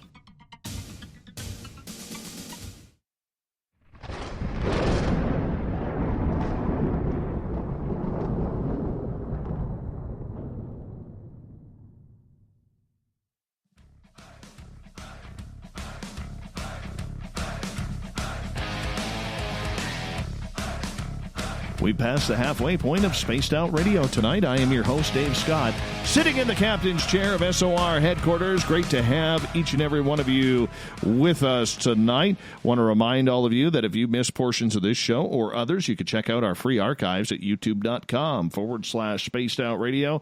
Do old Davey the favor, hit that subscribe button. Our website is spacedoutradio.com. We got a plethora of features for you, including rocking out to Bumblefoot and doing a little shopping at the SOR Vault. It's the final Friday of the month, or early Saturday morning if you're on the East Coast. And guess what? It's time for the SOR Paranormal Roundtable, which continues right now. And yesterday, I put up a question for the Thought of the Dave, which I do on a daily basis. And it was about who out there actually believes that you should be eating breakfast for lunch or dinner. I totally disagree with this. And I could not believe the unanimous postings that people think it's okay to have bacon and eggs or waffles or pancakes or what would be considered breakfast food.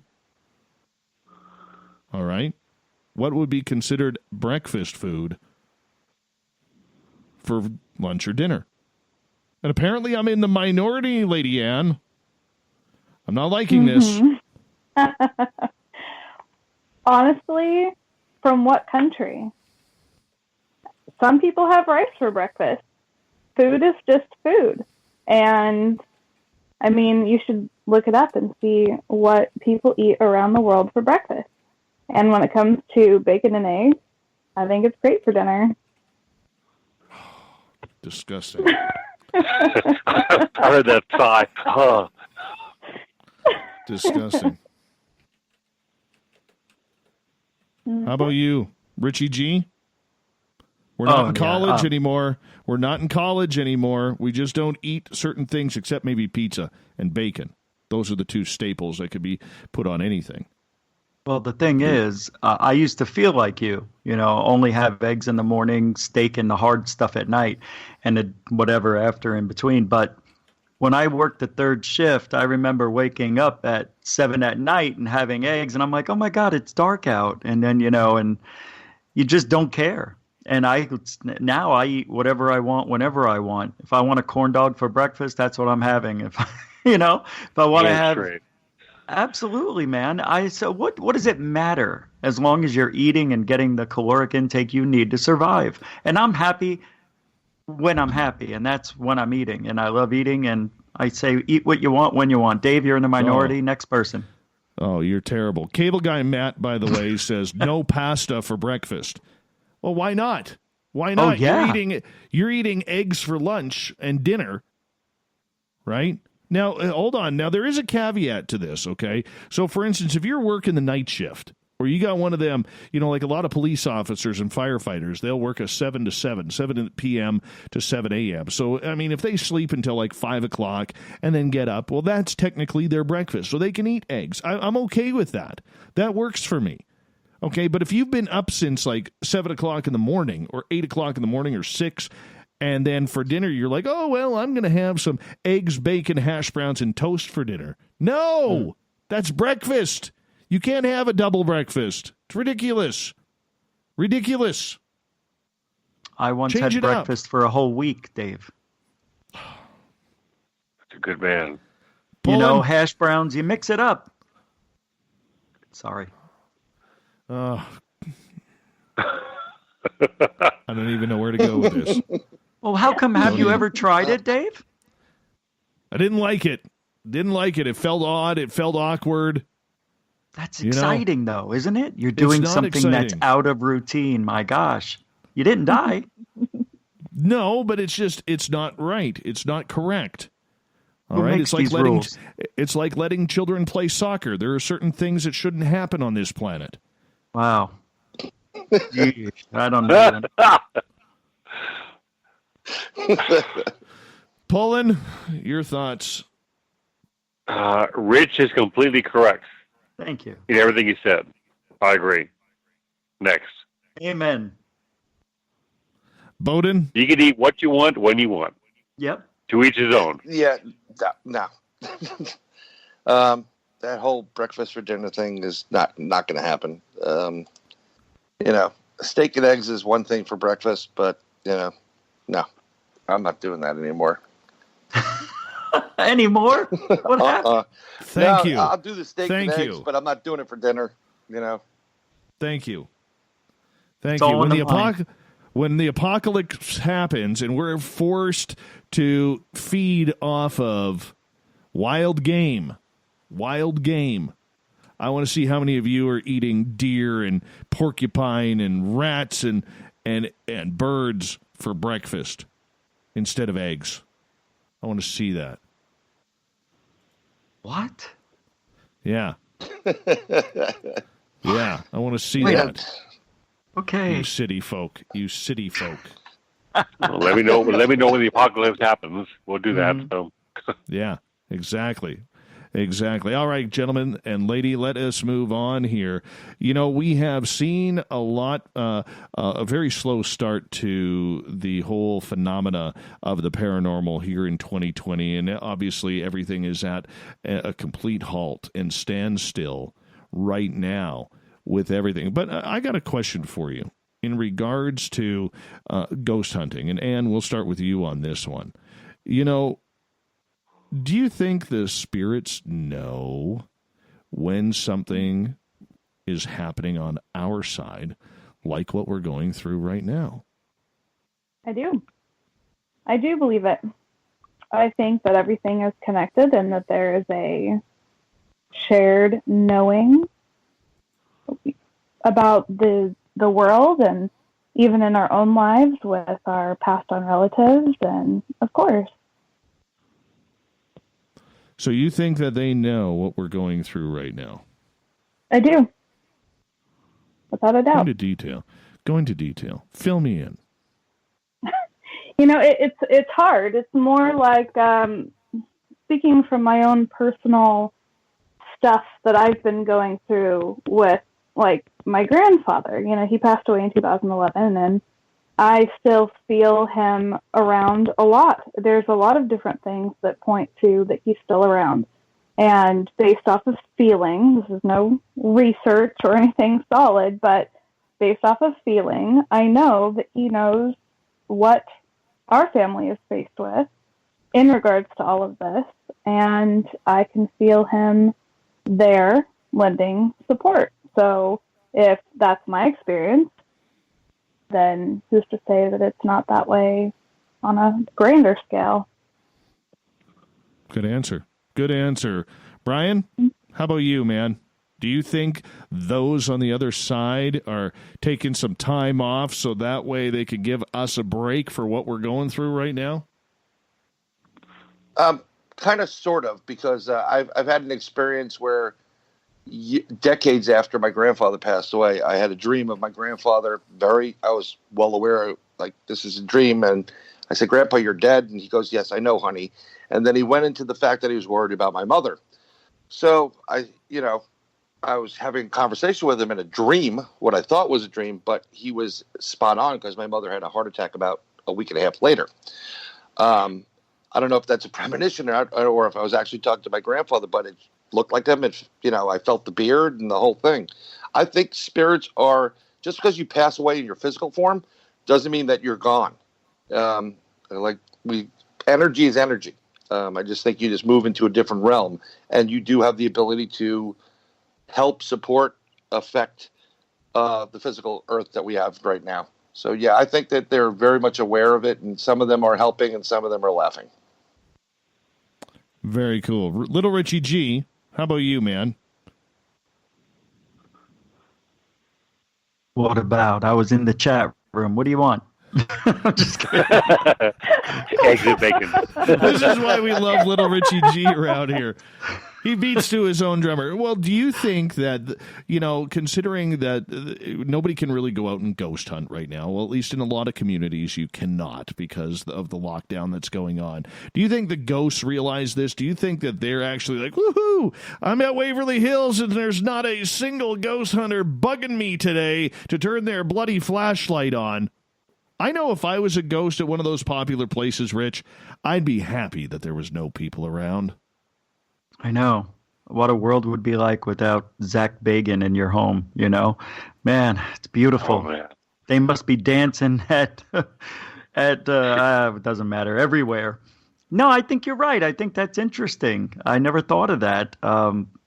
You would have to imagine that even ghosts, spirits, or whatever, they just got to be frustrated with the activity. On the other hand, wouldn't it be nice to have somebody drop by once in a while? So maybe you got to look at it both ways. I don't know. I'll let you know when I'm dead. How's that? Well, I appreciate that. William Poland. I'm coming. Oh, good. We'll be 80. Let me tell you something, brother. That's good stuff. That's how Richie rolls. And no, from a scientific standpoint, I'm going to hedge my bets here and say that the data. There's no data to suggest they can't. That they're not aware of things going on in our realm. What seems to happen when somebody dies is the energy is transferred. The physical shell we all live in expires, but the energy is still there. And so is that energy still aware of things going on in its former environment? I don't see any reason why not. No. I mean, I don't know if we can influence their environment. People that passed on, the non-physical realm they live in. I don't know if we can influence that at all. But I do think that there's no reason why they wouldn't be aware of what's going on back in our world, the physical world where everyone's still alive, where their shells haven't expired. So, yeah, it's interesting to ponder that, because clearly things are going on now that are life changing and for the entire planet. So, I can imagine some people have passed on and they're looking back and just kind of observing what's going on to their loved ones back here they're still alive. So I don't know. Well, Greco says, how do we know if ghosts are around if a person isn't?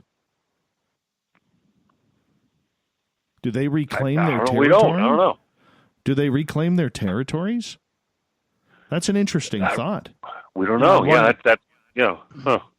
I was going to say, I wonder when they go, if we start heading back to those places, will they give us more evidence? Maybe will they push us a little harder? Like, where you been?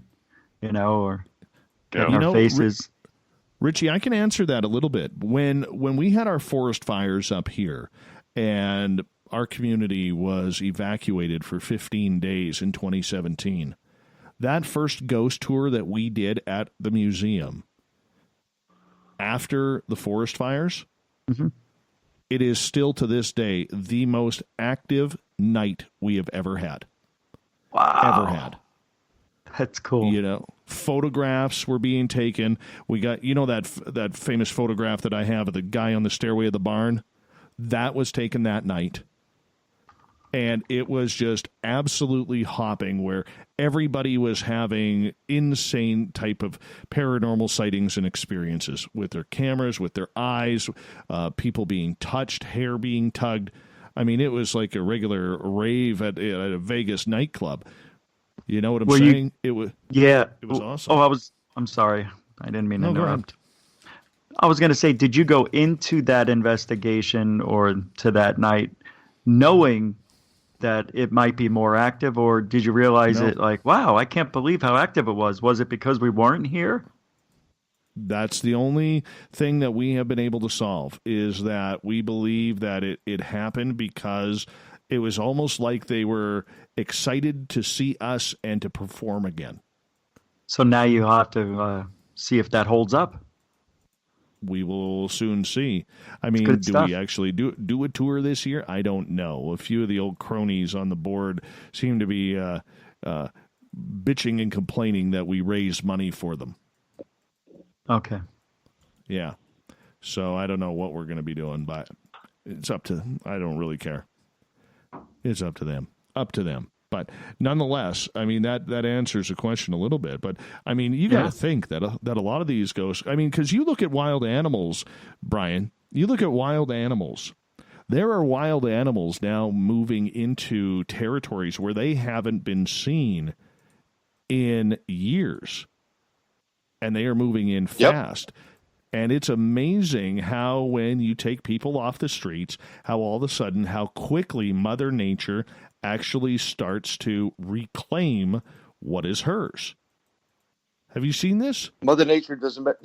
Mother Nature doesn't mess around. Not only that, but there are animals that were previously thought extinct that are coming back into different areas, and it begs the question: were they underground? Were they totally kicked out, or were they just waiting for that moment?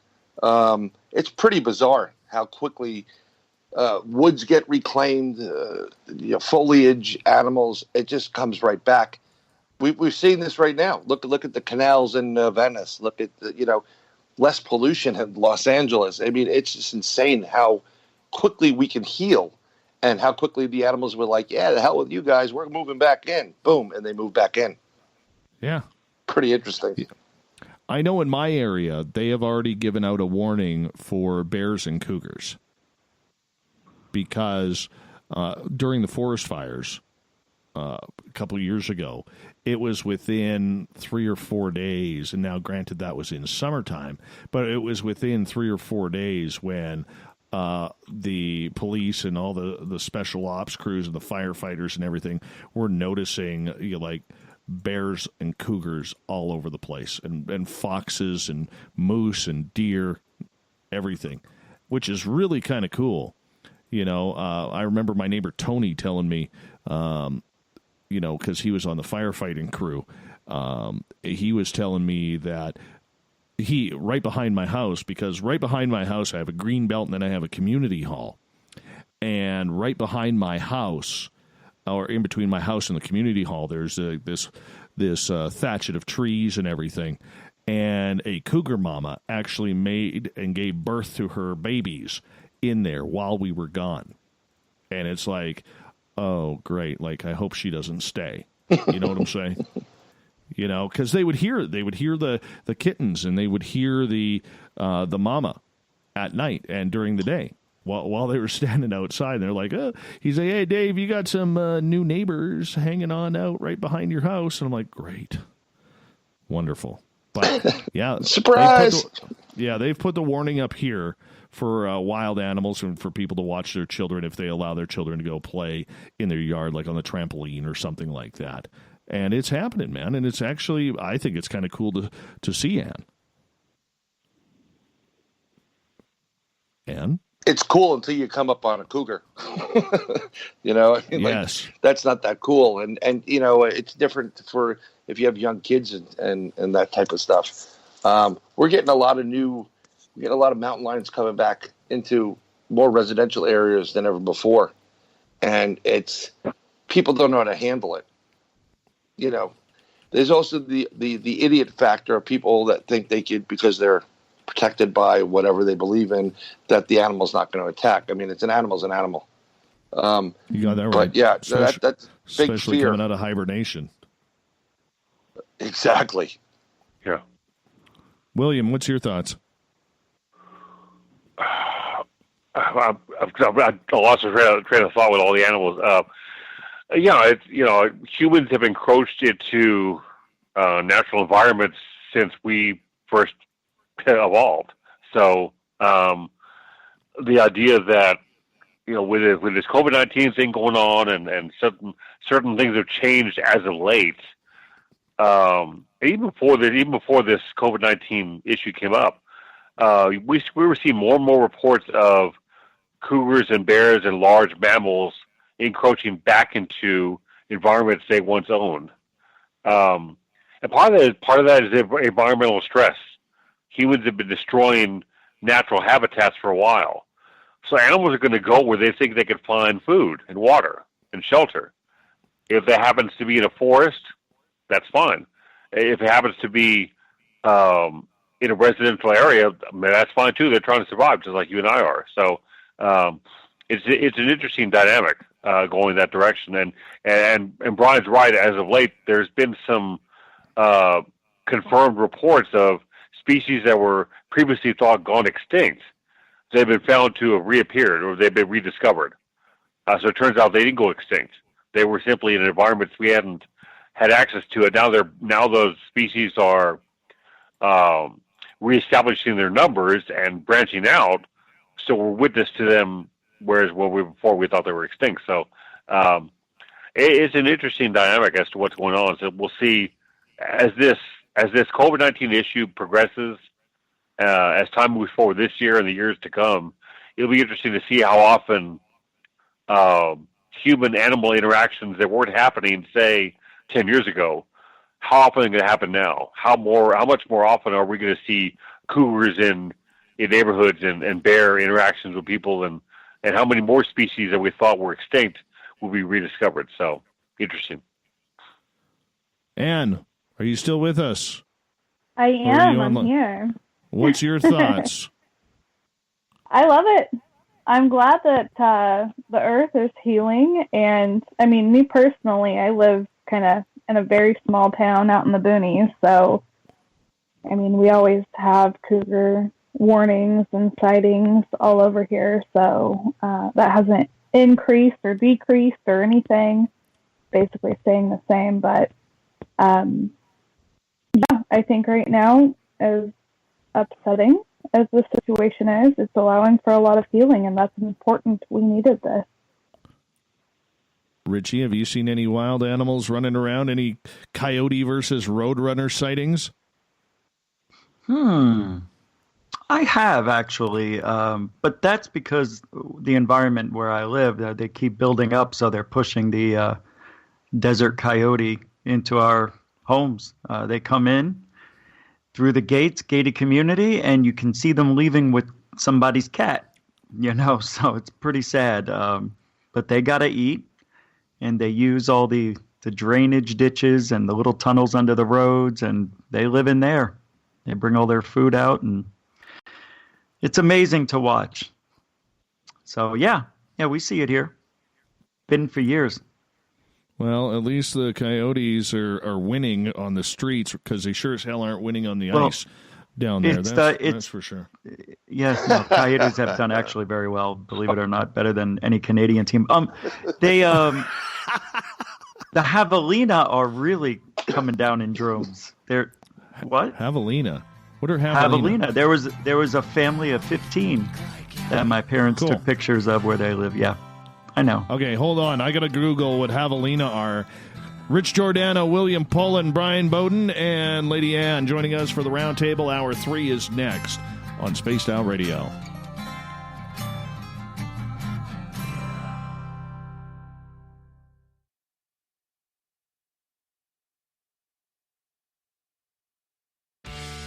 Hey everyone, I'm John Edwards. And I'm Stacey Edwards. Together we're taking over Saturday nights on Spaced Out Radio, where we're going to bring our own experiences of the paranormal and talk to the best people we can find to help bring you answers to your strange tales. We're here to entertain your need for weekend woo! So tune us in at spacedoutradio.com starting at 9:06 Pacific, 12:06 a.m. Eastern, where we can all get a little spooky together. Spaced Out Saturday nights right here at spacedoutradio.com.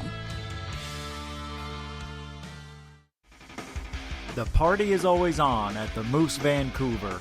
The Moose Vancouver is where you want to be when visiting Canada's West Coast. Open until 2 a.m. nightly, the Moose cranks up the rock while serving some of the best rated food in the city. The menu starts at $6.95. Why party anywhere else in Vancouver when the Moose is right there? Get your horns up and rock with the Moose, the official party bar of Spaced Out Radio. We're taking Sunday nights out of this world on Spaced Out Radio. This is Michael W. Hall, also known as the Paranormal Lawyer. Together, we're going to go on an exciting journey into the unknown. I'm going to bring you some of the best interviews in the paranormal and supernatural to start your new week off on a freaky note.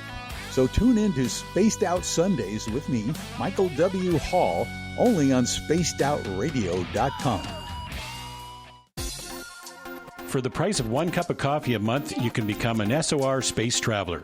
The Space Travelers Club is a place where you can interact with other listeners, either live during the show or on our great forum. We want your stories, pictures, comments, and ideas. You'll get live video streams, exclusive content, and be a part of our newsletter. Stay in touch with everything SOR. The Space Travelers Club is just $5 a month at spacedoutradio.com.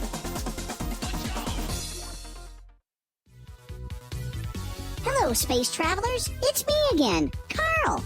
Don't forget to join the Space Travelers Club for just $5 a month and follow Spaced Out Radio on Twitter at Spaced Out Radio. Our Instagram, Dave Scott SOR. Our Facebook page is Spaced Out Radio Show. Our archives are free at youtube.com/Spaced Out Radio. Come woo it up with Spaced Out Radio today. Bye! Hello, this is your guitar man, Ron Bumblefoot Thal, and I have to tell you, I love the response I get for Little Brother is Watching from Spaced Out Radio fans. It's amazing how music can inspire and make people think deeper about what's going on in the supernatural world. You can head over to my website, bumblefoot.com, to check out my music, my guitar workshops, my touring, even check out some of the hot sauces that I'm working on. And make sure you keep on listening, because with Spaced Out Radio, you know Little Brother is watching. Hey, Space Travelers, this is John Resig, founder of the Chive and Chive Charities. If you know anything about our website, you know we like to do things a little differently. We're not some faceless organization collecting money for a nebulous cause. Our donor dollars go directly toward life-improving items. Then we give those items directly to an underdog who needs it most. To become a donor with Spaced Out Radio's official charity, Chive Charities, just go to chivecharities.org/donate. We are scouring the world for the most intriguing stories of your day. Take the time to read up on the SOR Newswire, where our team, led by Captain Shirk, will deliver to you some of the best paranormal and supernatural news, along with some stories that will blow your mind from the weird to the wacky. It's the news outside the news that piques interest, and that's what we're looking to deliver to you.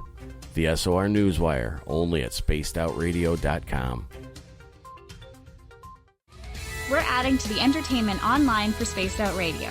I'm Amber Beckrud, and I want to invite you to subscribe to our YouTube channel and check out Cryptid Tales, where I will take you on a journey into some of the strangest legends and lore from around the world, relaying the stories to you of the strange creatures and experiences that people have had throughout time.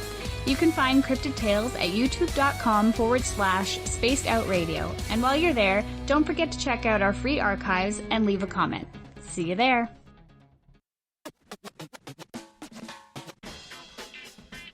The SOR Vault is open for business, and do we have some cool swag for you to pick up? All you have to do is head over to our website and click on the SOR Vault. You have a variety of cool logos to choose from, and put them on anything you want. T-shirts, hoodies, hats, coffee mugs, you name it, we can get it to you. So do your shopping by supporting the store you love. Get your Spaced Out Radio swag at the SOR Vault today.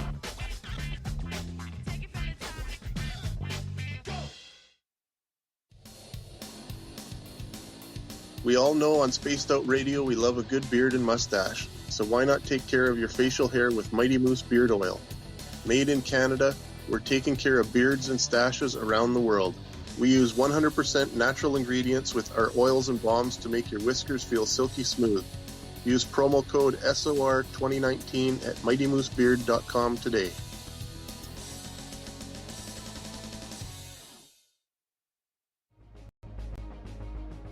Hello everyone, This is Ryan Stacy from the Experiencer Support Association, otherwise known as TESSA. We're glad to team up with Spaced Out Radio to help investigate your experiences on the SOR Sightlines Report. Together, we'll investigate the strange sightings and occurrences you've had. We're looking for answers just like you. So fill out a Sightlines report on the Spaced Out Radio website and let's figure out what's going on together.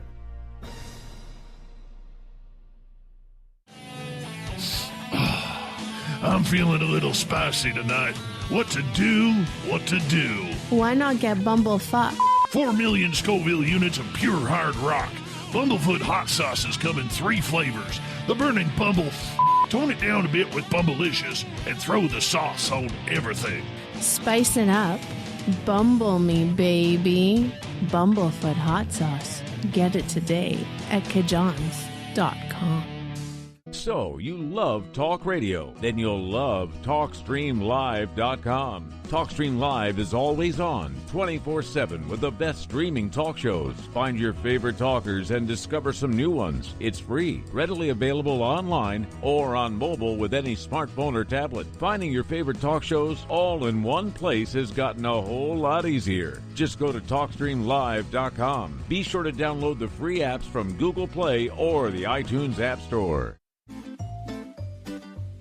Looking for creative ways to get your company out in the public? How about advertising on Spaced Out Radio? Our sales department is waiting to hear from you, and we can work around any budget. From commercial spots to banners to special promotions, there are many opportunities to get your name and product out to our SOR listeners. For a price guide and more information, please contact us at sales@spacedoutradio.com.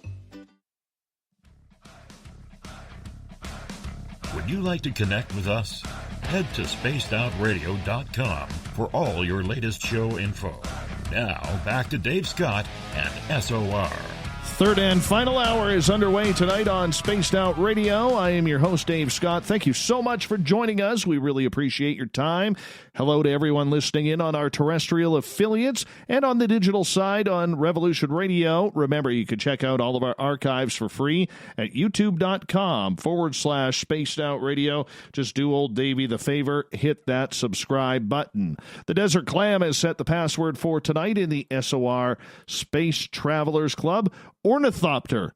Ornithopter is your password. Use it wisely, space travelers, as the Clam sets a password each and every night right here on Spaced Out Radio. Our website is spacedoutradio.com. We got a plethora of features for you, including rocking out to Bumblefoot and keeping up to date on Captain Shirk's SOR Newswire.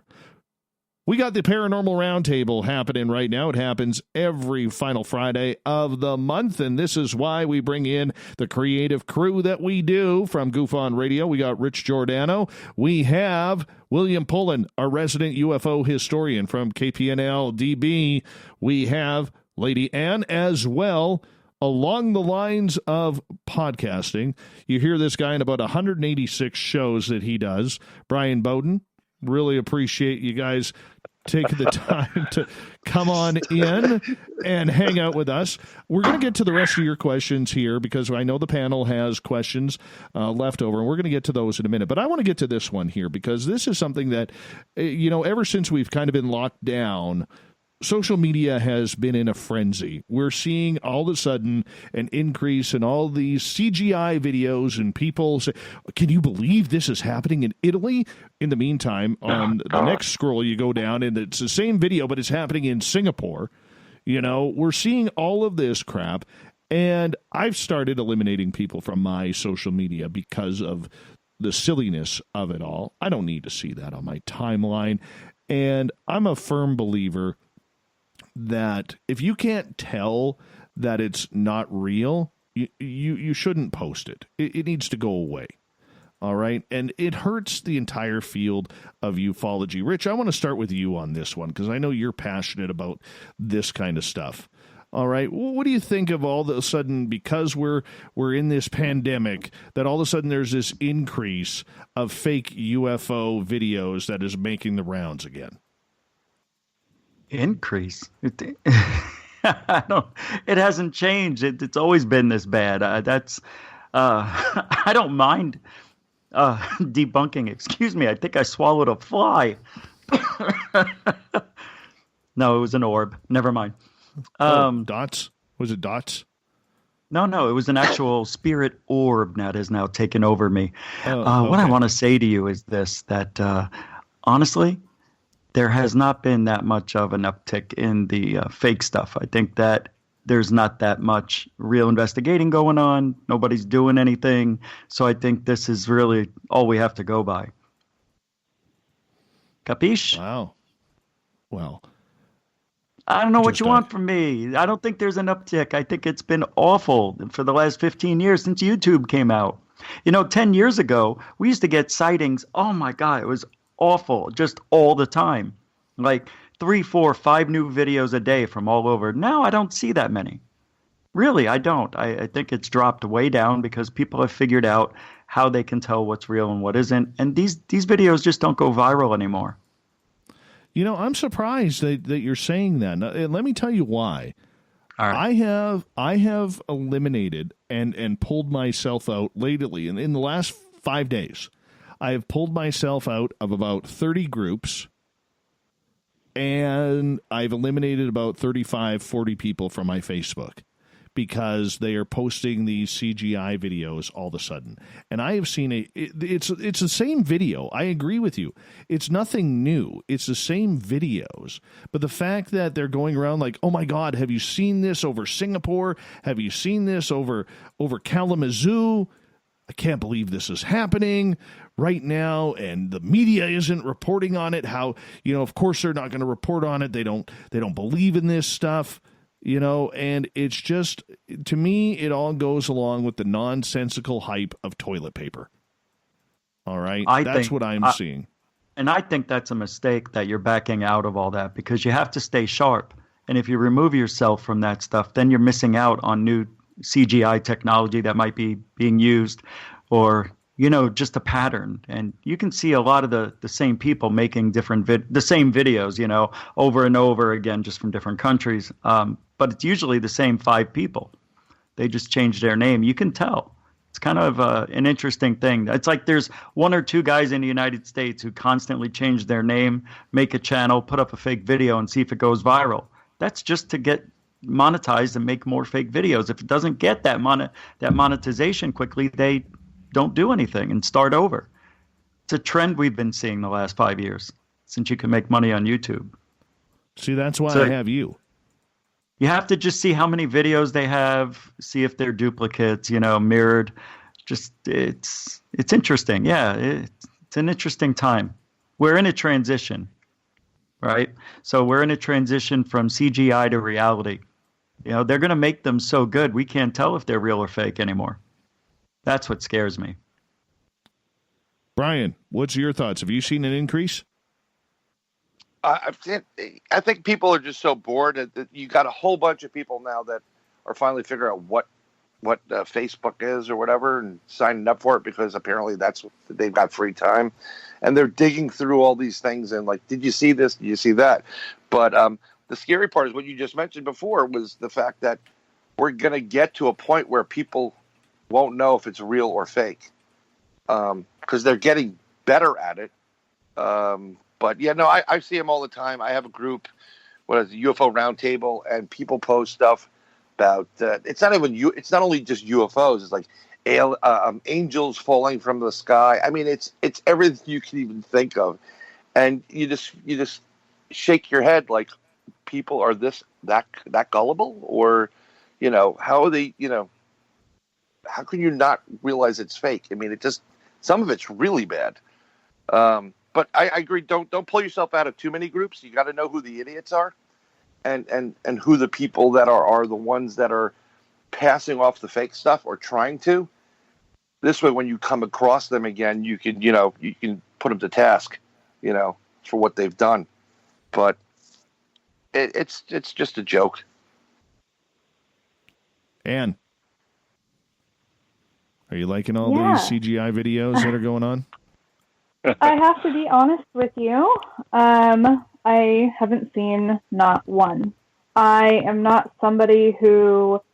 I'm on Facebook, but only to a certain extent. Usually I have my Messenger open, But I am so busy reading, writing, creating, and doing that I really honestly have not come across anything.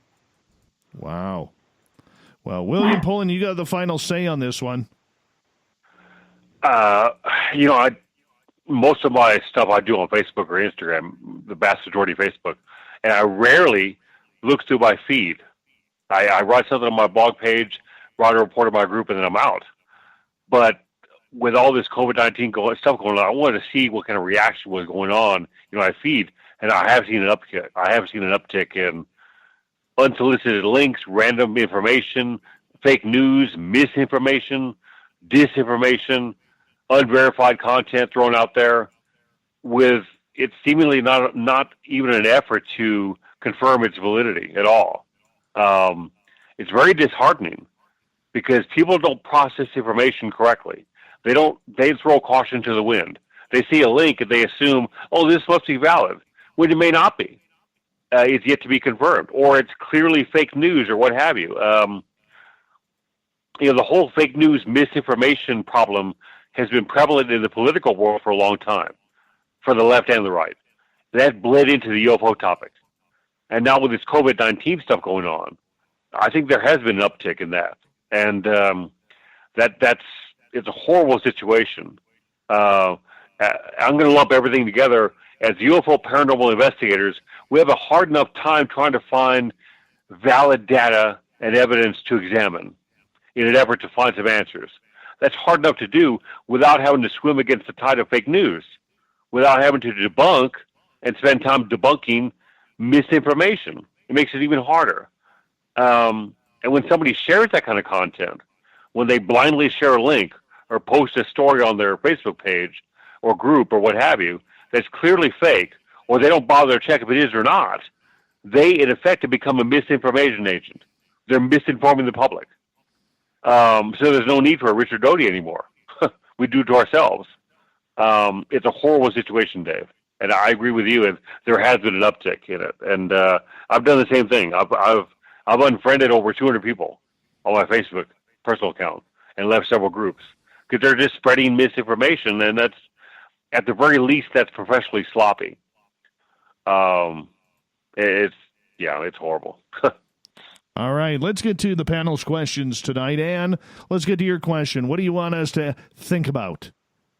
Well, it's a silly question that I normally ask everybody. It's one of my favorites. I want to know, if all of you had no choice at all, and you had to be either a vampire or a werewolf, which would you choose and why? Brian, you go first. Very interesting question. Just given the generic vampire status or werewolf, I may go with a vampire because you can travel. Got a lot more power than most people realize. Yeah, I'd go with vampire. Little Richie G. I would like to be a vampire because, but I would, because you live as long as you can possibly stay out of the sunlight or get hit with a wooden dot. It is I who will suck the blood of anybody who gets in my way. It is I who will live forever. Oh, very romantic. And that is why. That is why, though. I love it. Okay. That is all right. That was actually kind of romantic there, little Richie G. Nice. Kind of romantic. Very nice. I want to suck your blood. Remember that? Yes. Good. All right. William Pullen, who are you? Are you Dogman, or are you on Team Vampire, or are you on Team Stump? Team Vampire. Yeah, you get to live forever, travel around. There's not many negatives, and strangely, it's not strangely, but some vampires, the way they're portrayed in the movies, which is not accurate. I'm not advocating movies, but what I'm saying is that a lot of vampires have very alluring, very attractive mates, And that, as a single guy, I'm good with that. So, yeah, we'll go with vampire. Yeah. Oh, very nice. Very good call. I'm going with That definitely vampire does not as suck, well. though. Yeah, I'm going with vampire as well because I like the night. If given a choice between being up in daylight hours or nighttime hours, 100% of the time I am choosing nighttime hours. So I am going with the night because that's what vampires do. And, you know, I'm on Team Vampire for this one, and I think the majority of us too. Plus, I mean, if you go with werewolf, I mean, you get all hairy and, you know, you got hair sprouting out of you everywhere and then every orifice that you don't want it to go. I mean, much like, you know, turning like 40 for me. You know, I mean, you just get hairy. And you know, I don't like that. So I'm just going to stick with vampire and go from there. Rich, I got to know what the wooden dot was. Get hit with the wooden dot. Sorry. Wooden dot? Where are you getting that? You said wooden dot. You said you'd have to dodge the wooden dots. When? When you were describing why you wouldn't want Oh, no. Oh, the wooden darts. Like getting hit in the heart with the stake. You know how they... Oh, yes.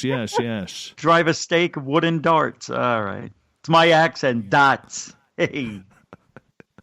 Oh, that is wooden awesome. dots. Right. I'm like, what are you talking about?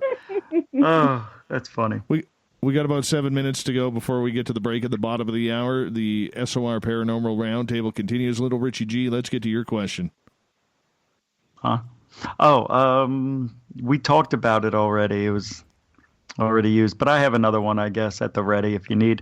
All right, you do? All right. Yeah, let's do it. So, if you could go back into time, what era of the entire world's history, where would you go? And why? Dave, we'll start with you.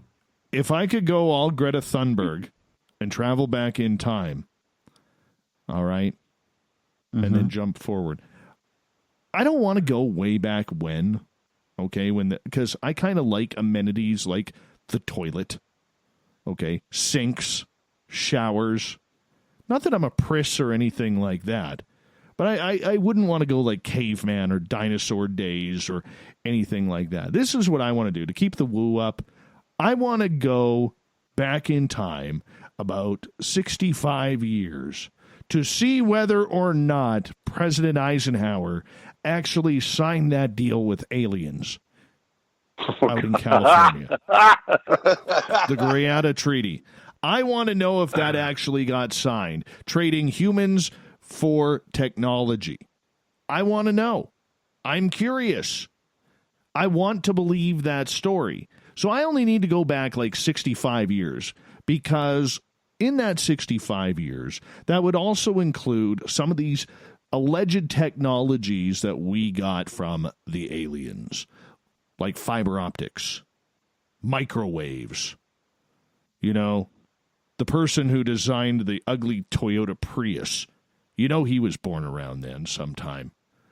All right? That's what I want to go. I want to go back 65 years. I'm good with that because, I mean, you get to see the building of the SR-71, the beginning of stealth technology, and all the really cool toys that we know and do not know of. And it all started back then. And I want to know what happened. Yeah, and you can see, you know, the night when you were born. Oh, yeah, you're not 65. That's right. Oh, never mind. Wow. And where would you go? And why? Oh, goodness. Well, the 20s. For all the reasons. I love that era. Chaplin. Right? Charlie Chaplin. And then you also, who else? Einstein you could have met.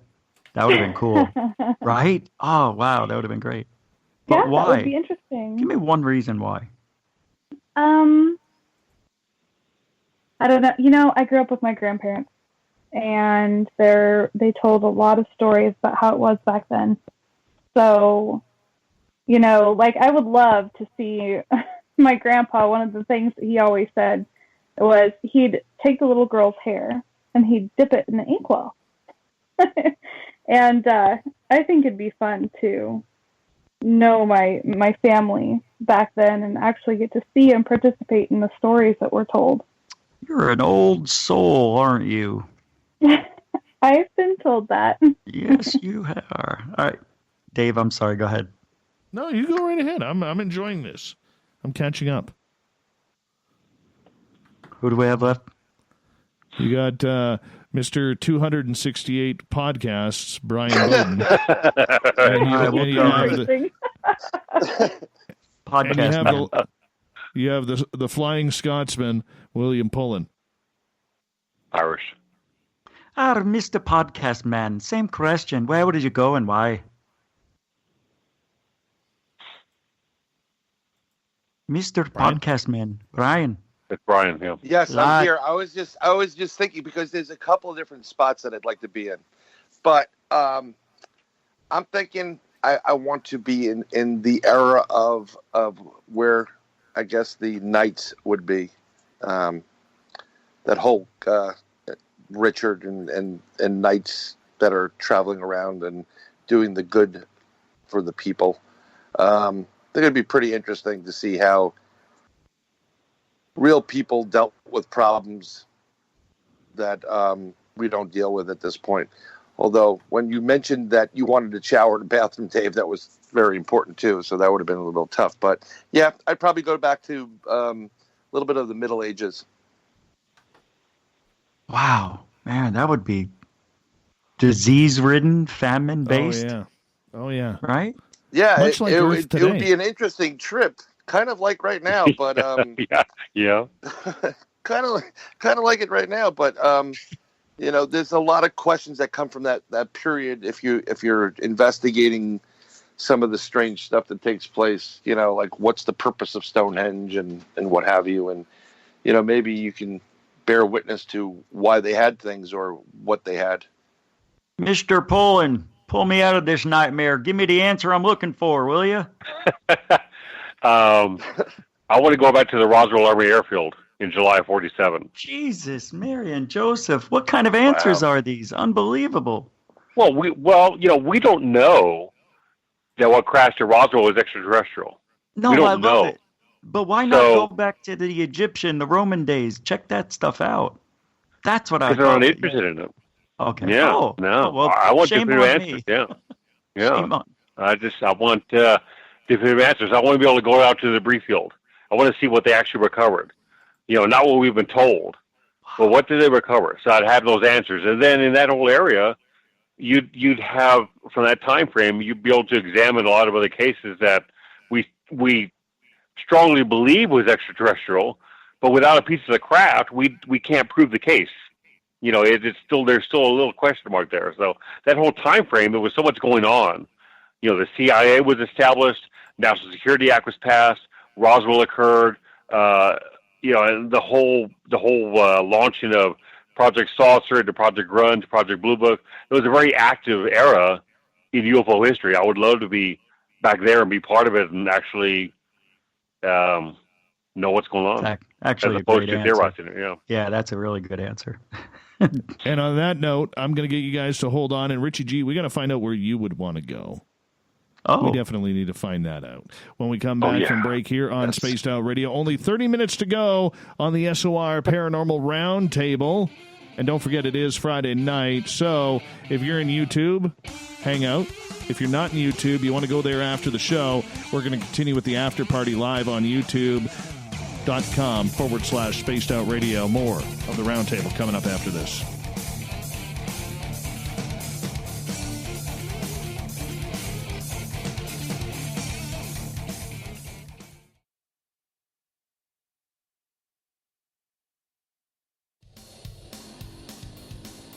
We all know on Spaced Out Radio we love a good beard and mustache, so why not take care of your facial hair with Mighty Moose Beard Oil?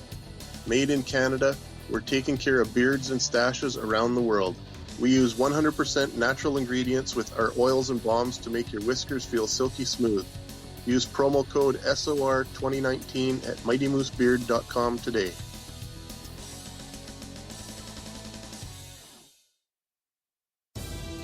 At spacedoutradio.com, we are keeping you up to date on all the news with the SOR Newswire. Captain Shirk leads the team that is bringing you the news of the day and exclusive stories on everything paranormal and supernatural. It's free to read, it's updated daily, and it's right there for you. The SOR Newswire is a one-stop shop for the news of the day. Check it out at spacedoutradio.com today.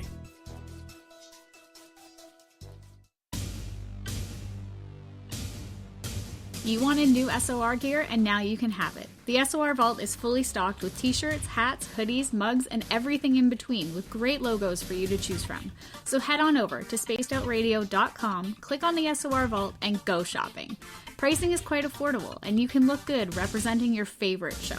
So go to our website and pick up your new SOR wear at the SOR Vault today.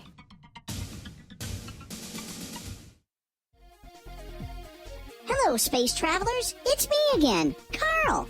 Don't forget to join the Space Travelers Club for just $5 a month and follow Spaced Out Radio on Twitter at Spaced Out Radio. Our Instagram, Dave Scott SOR. Our Facebook page is Spaced Out Radio Show. Our archives are free at youtube.com/Spaced Out Radio. Come woo it up with Spaced Out Radio today. Bye! We're adding to the entertainment online for Spaced Out Radio. I'm Amber Beckrud, and I want to invite you to subscribe to our YouTube channel and check out Cryptid Tales, where I will take you on a journey into some of the strangest legends and lore from around the world, relaying the stories to you of the strange creatures and experiences that people have had throughout time. You can find Cryptid Tales at youtube.com/Spaced Out Radio, and while you're there, don't forget to check out our free archives and leave a comment. See you there. Hey everybody, the SOR Space Travelers is open. For just $5 a month, you can hang out with Dave and our crew privately in our members-only section. With your signing, you'll receive newsletters on what's going on with Spaced Out Radio. You'll have direct contact with the host during the show in our chat, live streaming videos, and a great forum for your posts and more. Become a space traveler now at spacedoutradio.com.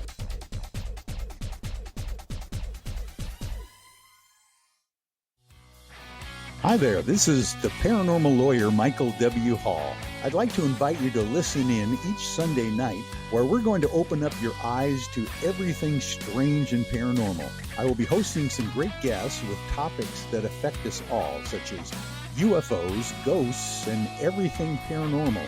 Let's learn together on Spaced Out Radio Sunday with myself, Michael W. Hall, the paranormal lawyer at spacedoutradio.com. Need that weekend supernatural fix? Look no further than Spaced Out Saturday right here at spacedoutradio.com. I'm Stacey Edwards. And I'm John Edwards. Each Saturday night, Stacey and I are going to bring you the best in paranormal, cryptids, UFOs, you name it, and we're going there. It's all about the experience and to share the knowledge with all of you. So tune us in every Saturday night on Spaced Out Saturdays, starting at 9:06 p.m. Pacific, 12:06 a.m. Eastern, only at spacedoutradio.com. Hey, Spaced Out Radio fans! It's John Resig, founder of the Chive and Chive Charities. Our goal is to make the life of veterans, first responders, and those with rare medical conditions 10% happier. We do this by donating one grant item, ranging from dance to therapy programs to prosthetic limbs, to those who need it most. To contribute to Spaced Out Radio's official charity, head over to chivecharities.org and become a donor today. Are you looking for great advertising value for your company? Look no further than Spaced Out Radio. We have a multitude of places to get your name out there, including commercial ads during the show, special promotions, and banners on our website. Our audience is proven to support the companies that support our show. We can make your budget work for you. So for more information, please contact us at sales@spacedoutradio.com. Cold drinks, great food, and the best music in Vancouver. The Moose Vancouver is the place to be, open until 2 a.m. nightly. Everything on the menu starts at just $6.95. Who serves food that cheap anymore? At the Moose, you'll never know who you'll run into. Rock stars, actors, athletes. It's the place everyone wants to be. So join us at the Moose Vancouver, the official party bar of Spaced Out Radio. If you like it hot, real hot, then heat up your meals with Bumblefoot hot sauce. Get your Bumblefoot hot sauce today. The sauce, Bumblicious, and the 4 million Scoville unit Bumble. We're going in hot, real hot, coming out even hotter. Keep the milk nearby and tantalize your taste buds tonight. Bumblefoot hot sauce, available now at kajans.com. Hello, this is your guitar man, Ron Bumblefoot Thal, and I have to tell you, I love the response I get for Little Brother is Watching from Spaced Out Radio fans. It's amazing how music can inspire and make people think deeper about what's going on in the supernatural world. You can head over to my website, bumblefoot.com, to check out my music, my guitar workshops, my touring, even check out some of the hot sauces that I'm working on. And make sure you keep on listening, because with Spaced Out Radio, you know Little Brother is watching.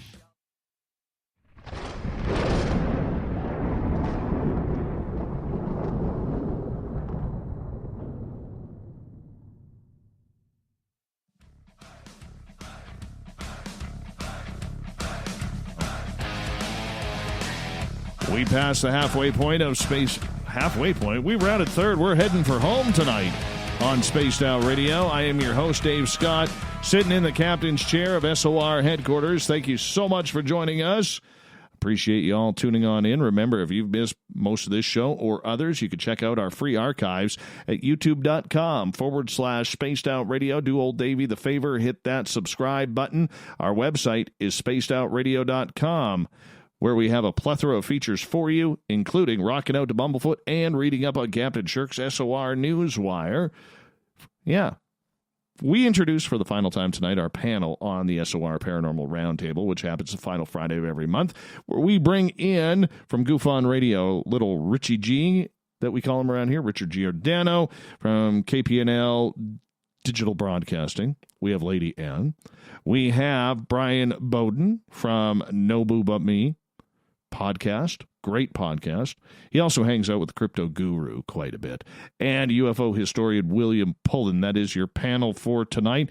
And Richie, right before the break, you asked a question. Where would we like to travel back in time? Where does little Richie G want to go?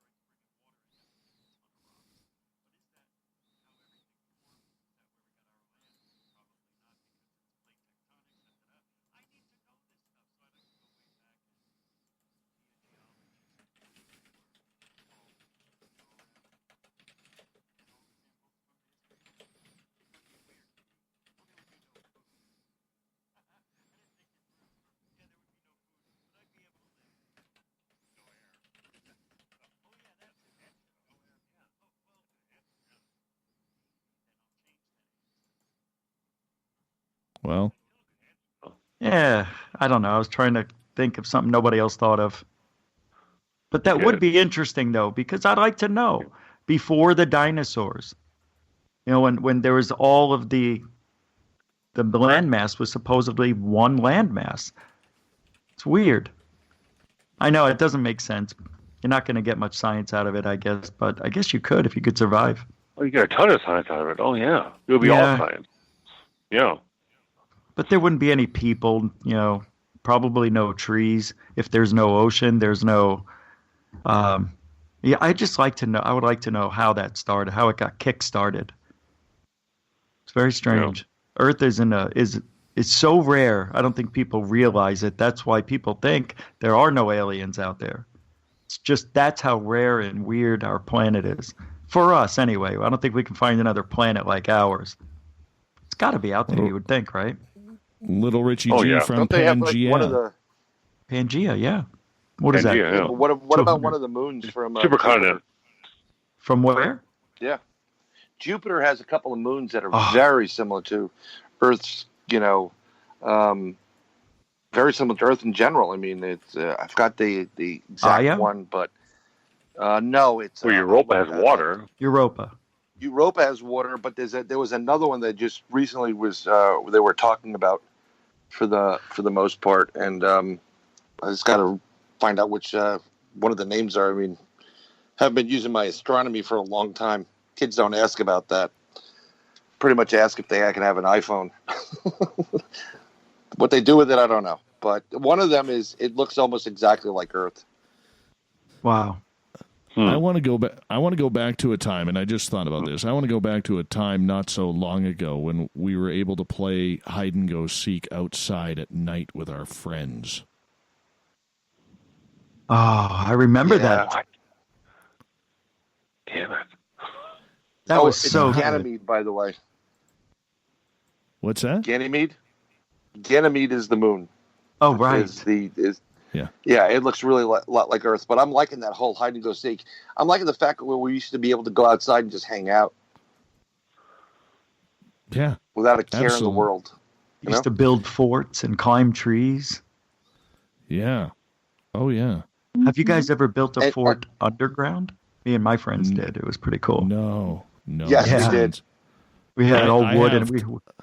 I have total anxiety just thinking about that. Good times, Underground, man. Area 50. Yeah. Yeah. Area G for Rich Giordano. Area G. Oh, yeah. Area G. Yeah. That's cool. Yeah. Well, we called it the G spot. Nice. Of course you did. Very nice. Because for Giordano, of course. Yeah, I want to for go Giordano. back. I want to go back to a time when you could play kick the can, and everybody dispersed, and at nighttime kick the can. That was awesome. Nighttime kick the can. Not in my neighborhood. You get your butt kicked for that. Keep it down out there. All I hear is cans. Be kicked the It's kid. nice to be able to use your imagination again, and not have to rely on looking it up or asking one of those, Siri, use your imagination. Come up with your own stories. Come up with your own science fiction and mystery, and think what things would be like. Oh, for Isn't sure. That's what we did, right?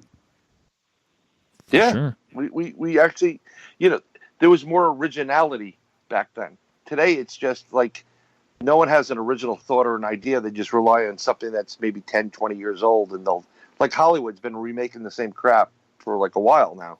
Yeah. No one wants to see it. And then it's funny because there's a couple of people that do have, original ideas, and they just blow them off like, oh, no, we're just going to remake Annie again. Like, why? It's too hard to be original.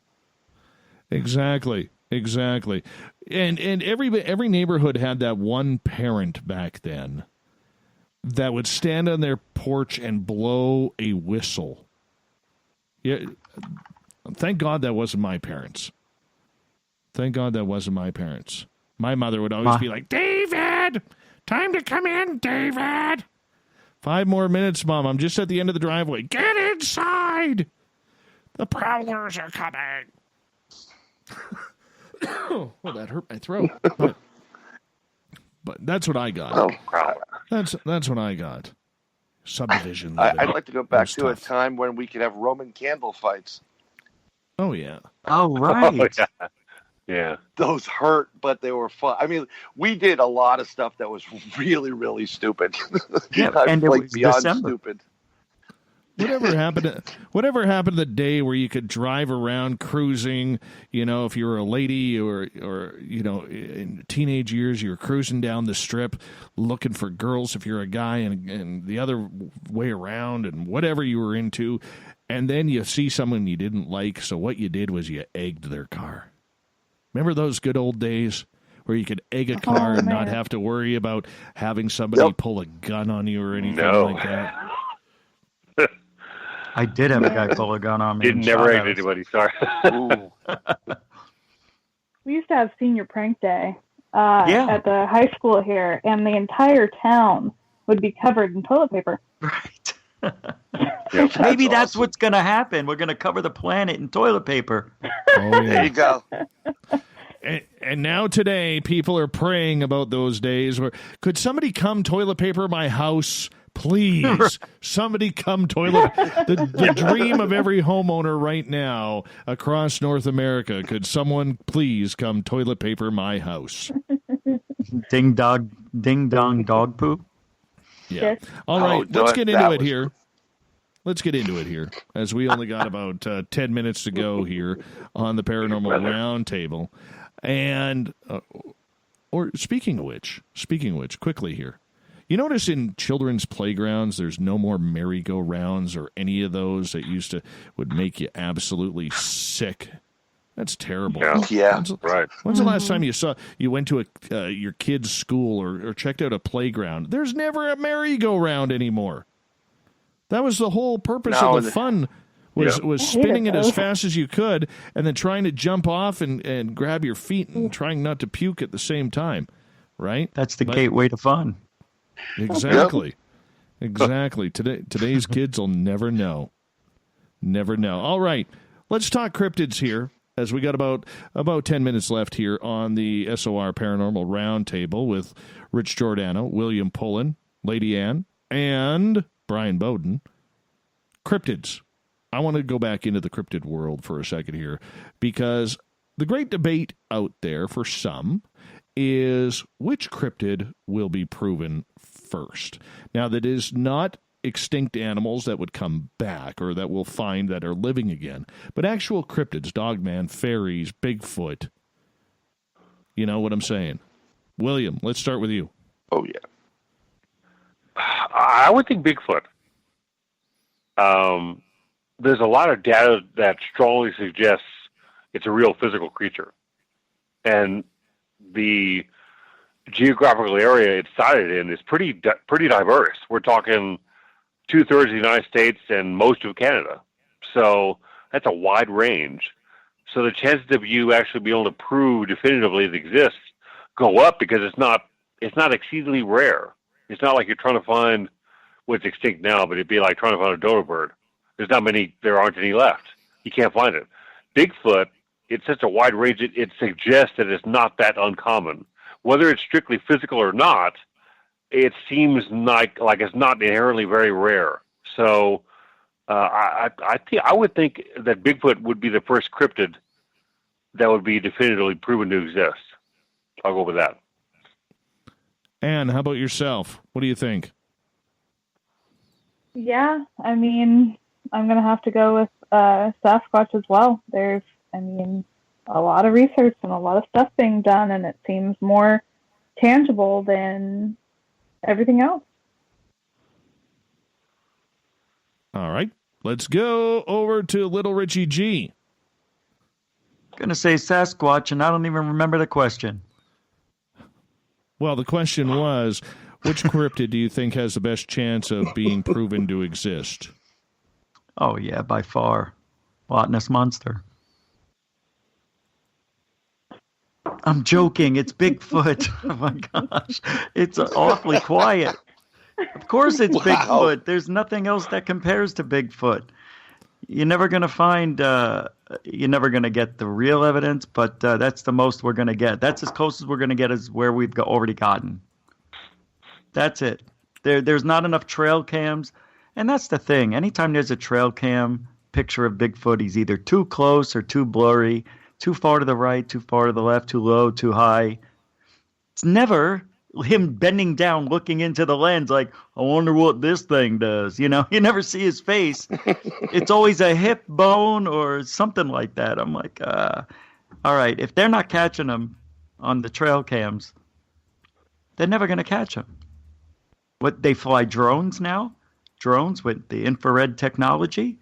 They don't see it. They can't see through all that canopy. I don't know, man. I think Bigfoot, yeah, but I don't know why we can't have harder evidence. Because there was a show, and I don't remember if it was Expedition Unknown or what. I think it was with Josh Gates, where they got all of the evidence that they could find, the prints, the hair samples, and the scat. and everything was tested, and it turned out it had a logical explanation. A bear, raccoon, a deer. Well, this is the problem. We go back to whether these things are people or, going back to that. If this cryptid is 99% like humans, it's going to have similar DNA, RNA going on that. I think one of the reasons why you cannot capture this thing on the trail cams and most cameras that you get the blob squatch is because I think once these cryptids are aware, and they are very aware of what cameras look like, I think they go into a defensive posture and they cloak. And through whatever materials that they're cloaking in, they have a way to interfere with the visual wavelength that those cameras actually take pictures on. Also, with the fact that they're very nocturnal, they're going to see the infrared as if a camera would see an infrared light. So if you've ever had a baby camera, and for the night, check on the baby when it's at night, if you just took your regular camera, your phone camera, you could see the light shining down. But what if they came up behind the camera? What if they came up from behind the camera? We never see those either. No, they do come up behind cameras, and they do move the cameras. They're very much aware of that. One of the best proof of Bigfoot being unaware of the fact that there was a camera was there was an eagle cam, I think, in the Pacific Northwest someplace, right. And it was situated really high up on a nest to see, the eagles that were being born. They caught what looked like a giant monkey on the ground below. Yeah. That cryptid did not realize that there was a camera up there, and it was fairly clear, with the exception of it being further away. It was probably one of the clearest shots, besides the Patterson film, of this type of creature.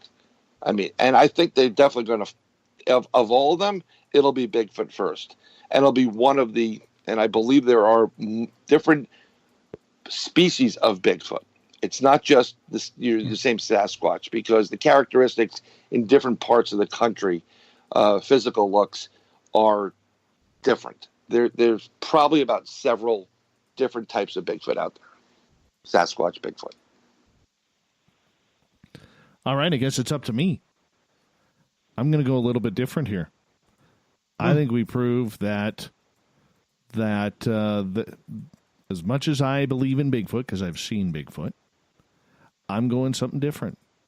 I think we're going to prove that sea monsters are real. Sea monsters like Megalodon. I'm banking on it. The ocean has too many mysteries that it's hiding right now in order to say that a lot of these creatures don't exist or no longer exist or extinct or whatever you want to put it. And I think that we are going to be able to see firsthand that creatures like Megalodon, maybe Kraken, not so much Kraken, but Megalodon especially, are still out there, just living in deeper waters or less traveled waters, because they may not like the sound of boats or ships or whatever, submarines or whatever it may be. That's what I think before anything. I don't think that Bigfoot is going to be brought to the attention because there's too much money at stake, especially in the logging industry, which I've seen firsthand up here. And the minute you start proving Bigfoot, that's going to shut down an entire industry that cannot afford to shut down for humankind right now. So that's my theory on it. Dave, I want to throw a question out there if anybody knows the answer. Have any logging companies ever encountered, other than not Mount St. Helens, because they had that event that happened with Bigfoot, but any logging companies ever find any nesting areas or anything, dead bodies? Does anybody know about that, of Bigfoot? On the record, I have talked to off the record, pardon me, I have personally talked to loggers who there are certain areas they will not go back into. They are scared. And these are big burly men that have come across grizzly bears, black bears, cougars, mountain lions, whatever, okay, that have come across these creatures. And they will, I'll give you an example.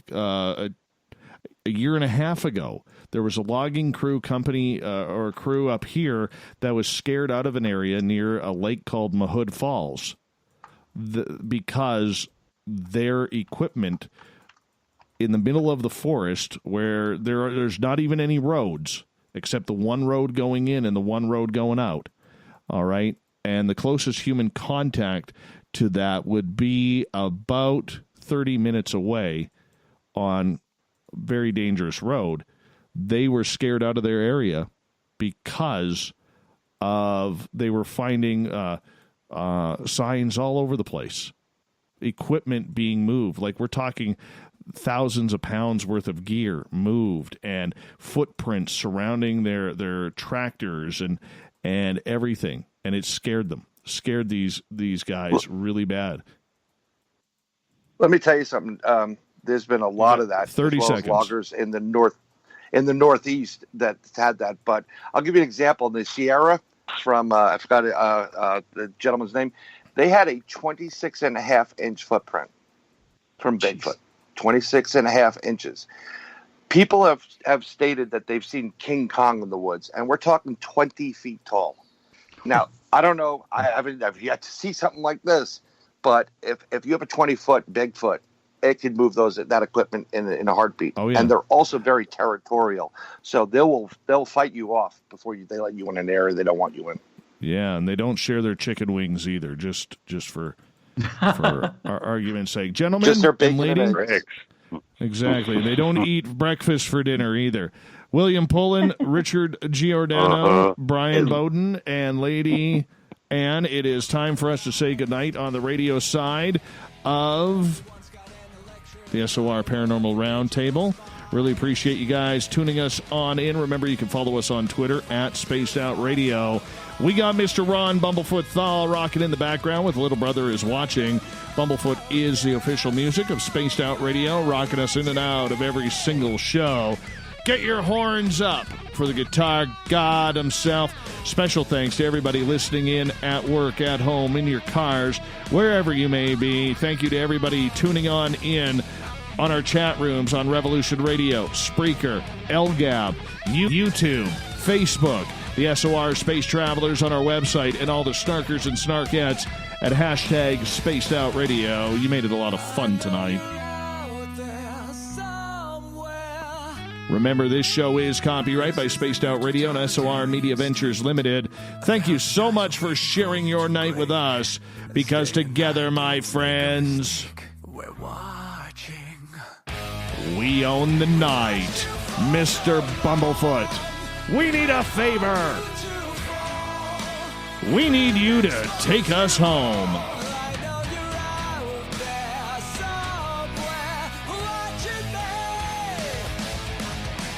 Have a great night, everybody. Weekend cruise coming in. It's going to be a lot of fun. We'll talk to you next week. Good night.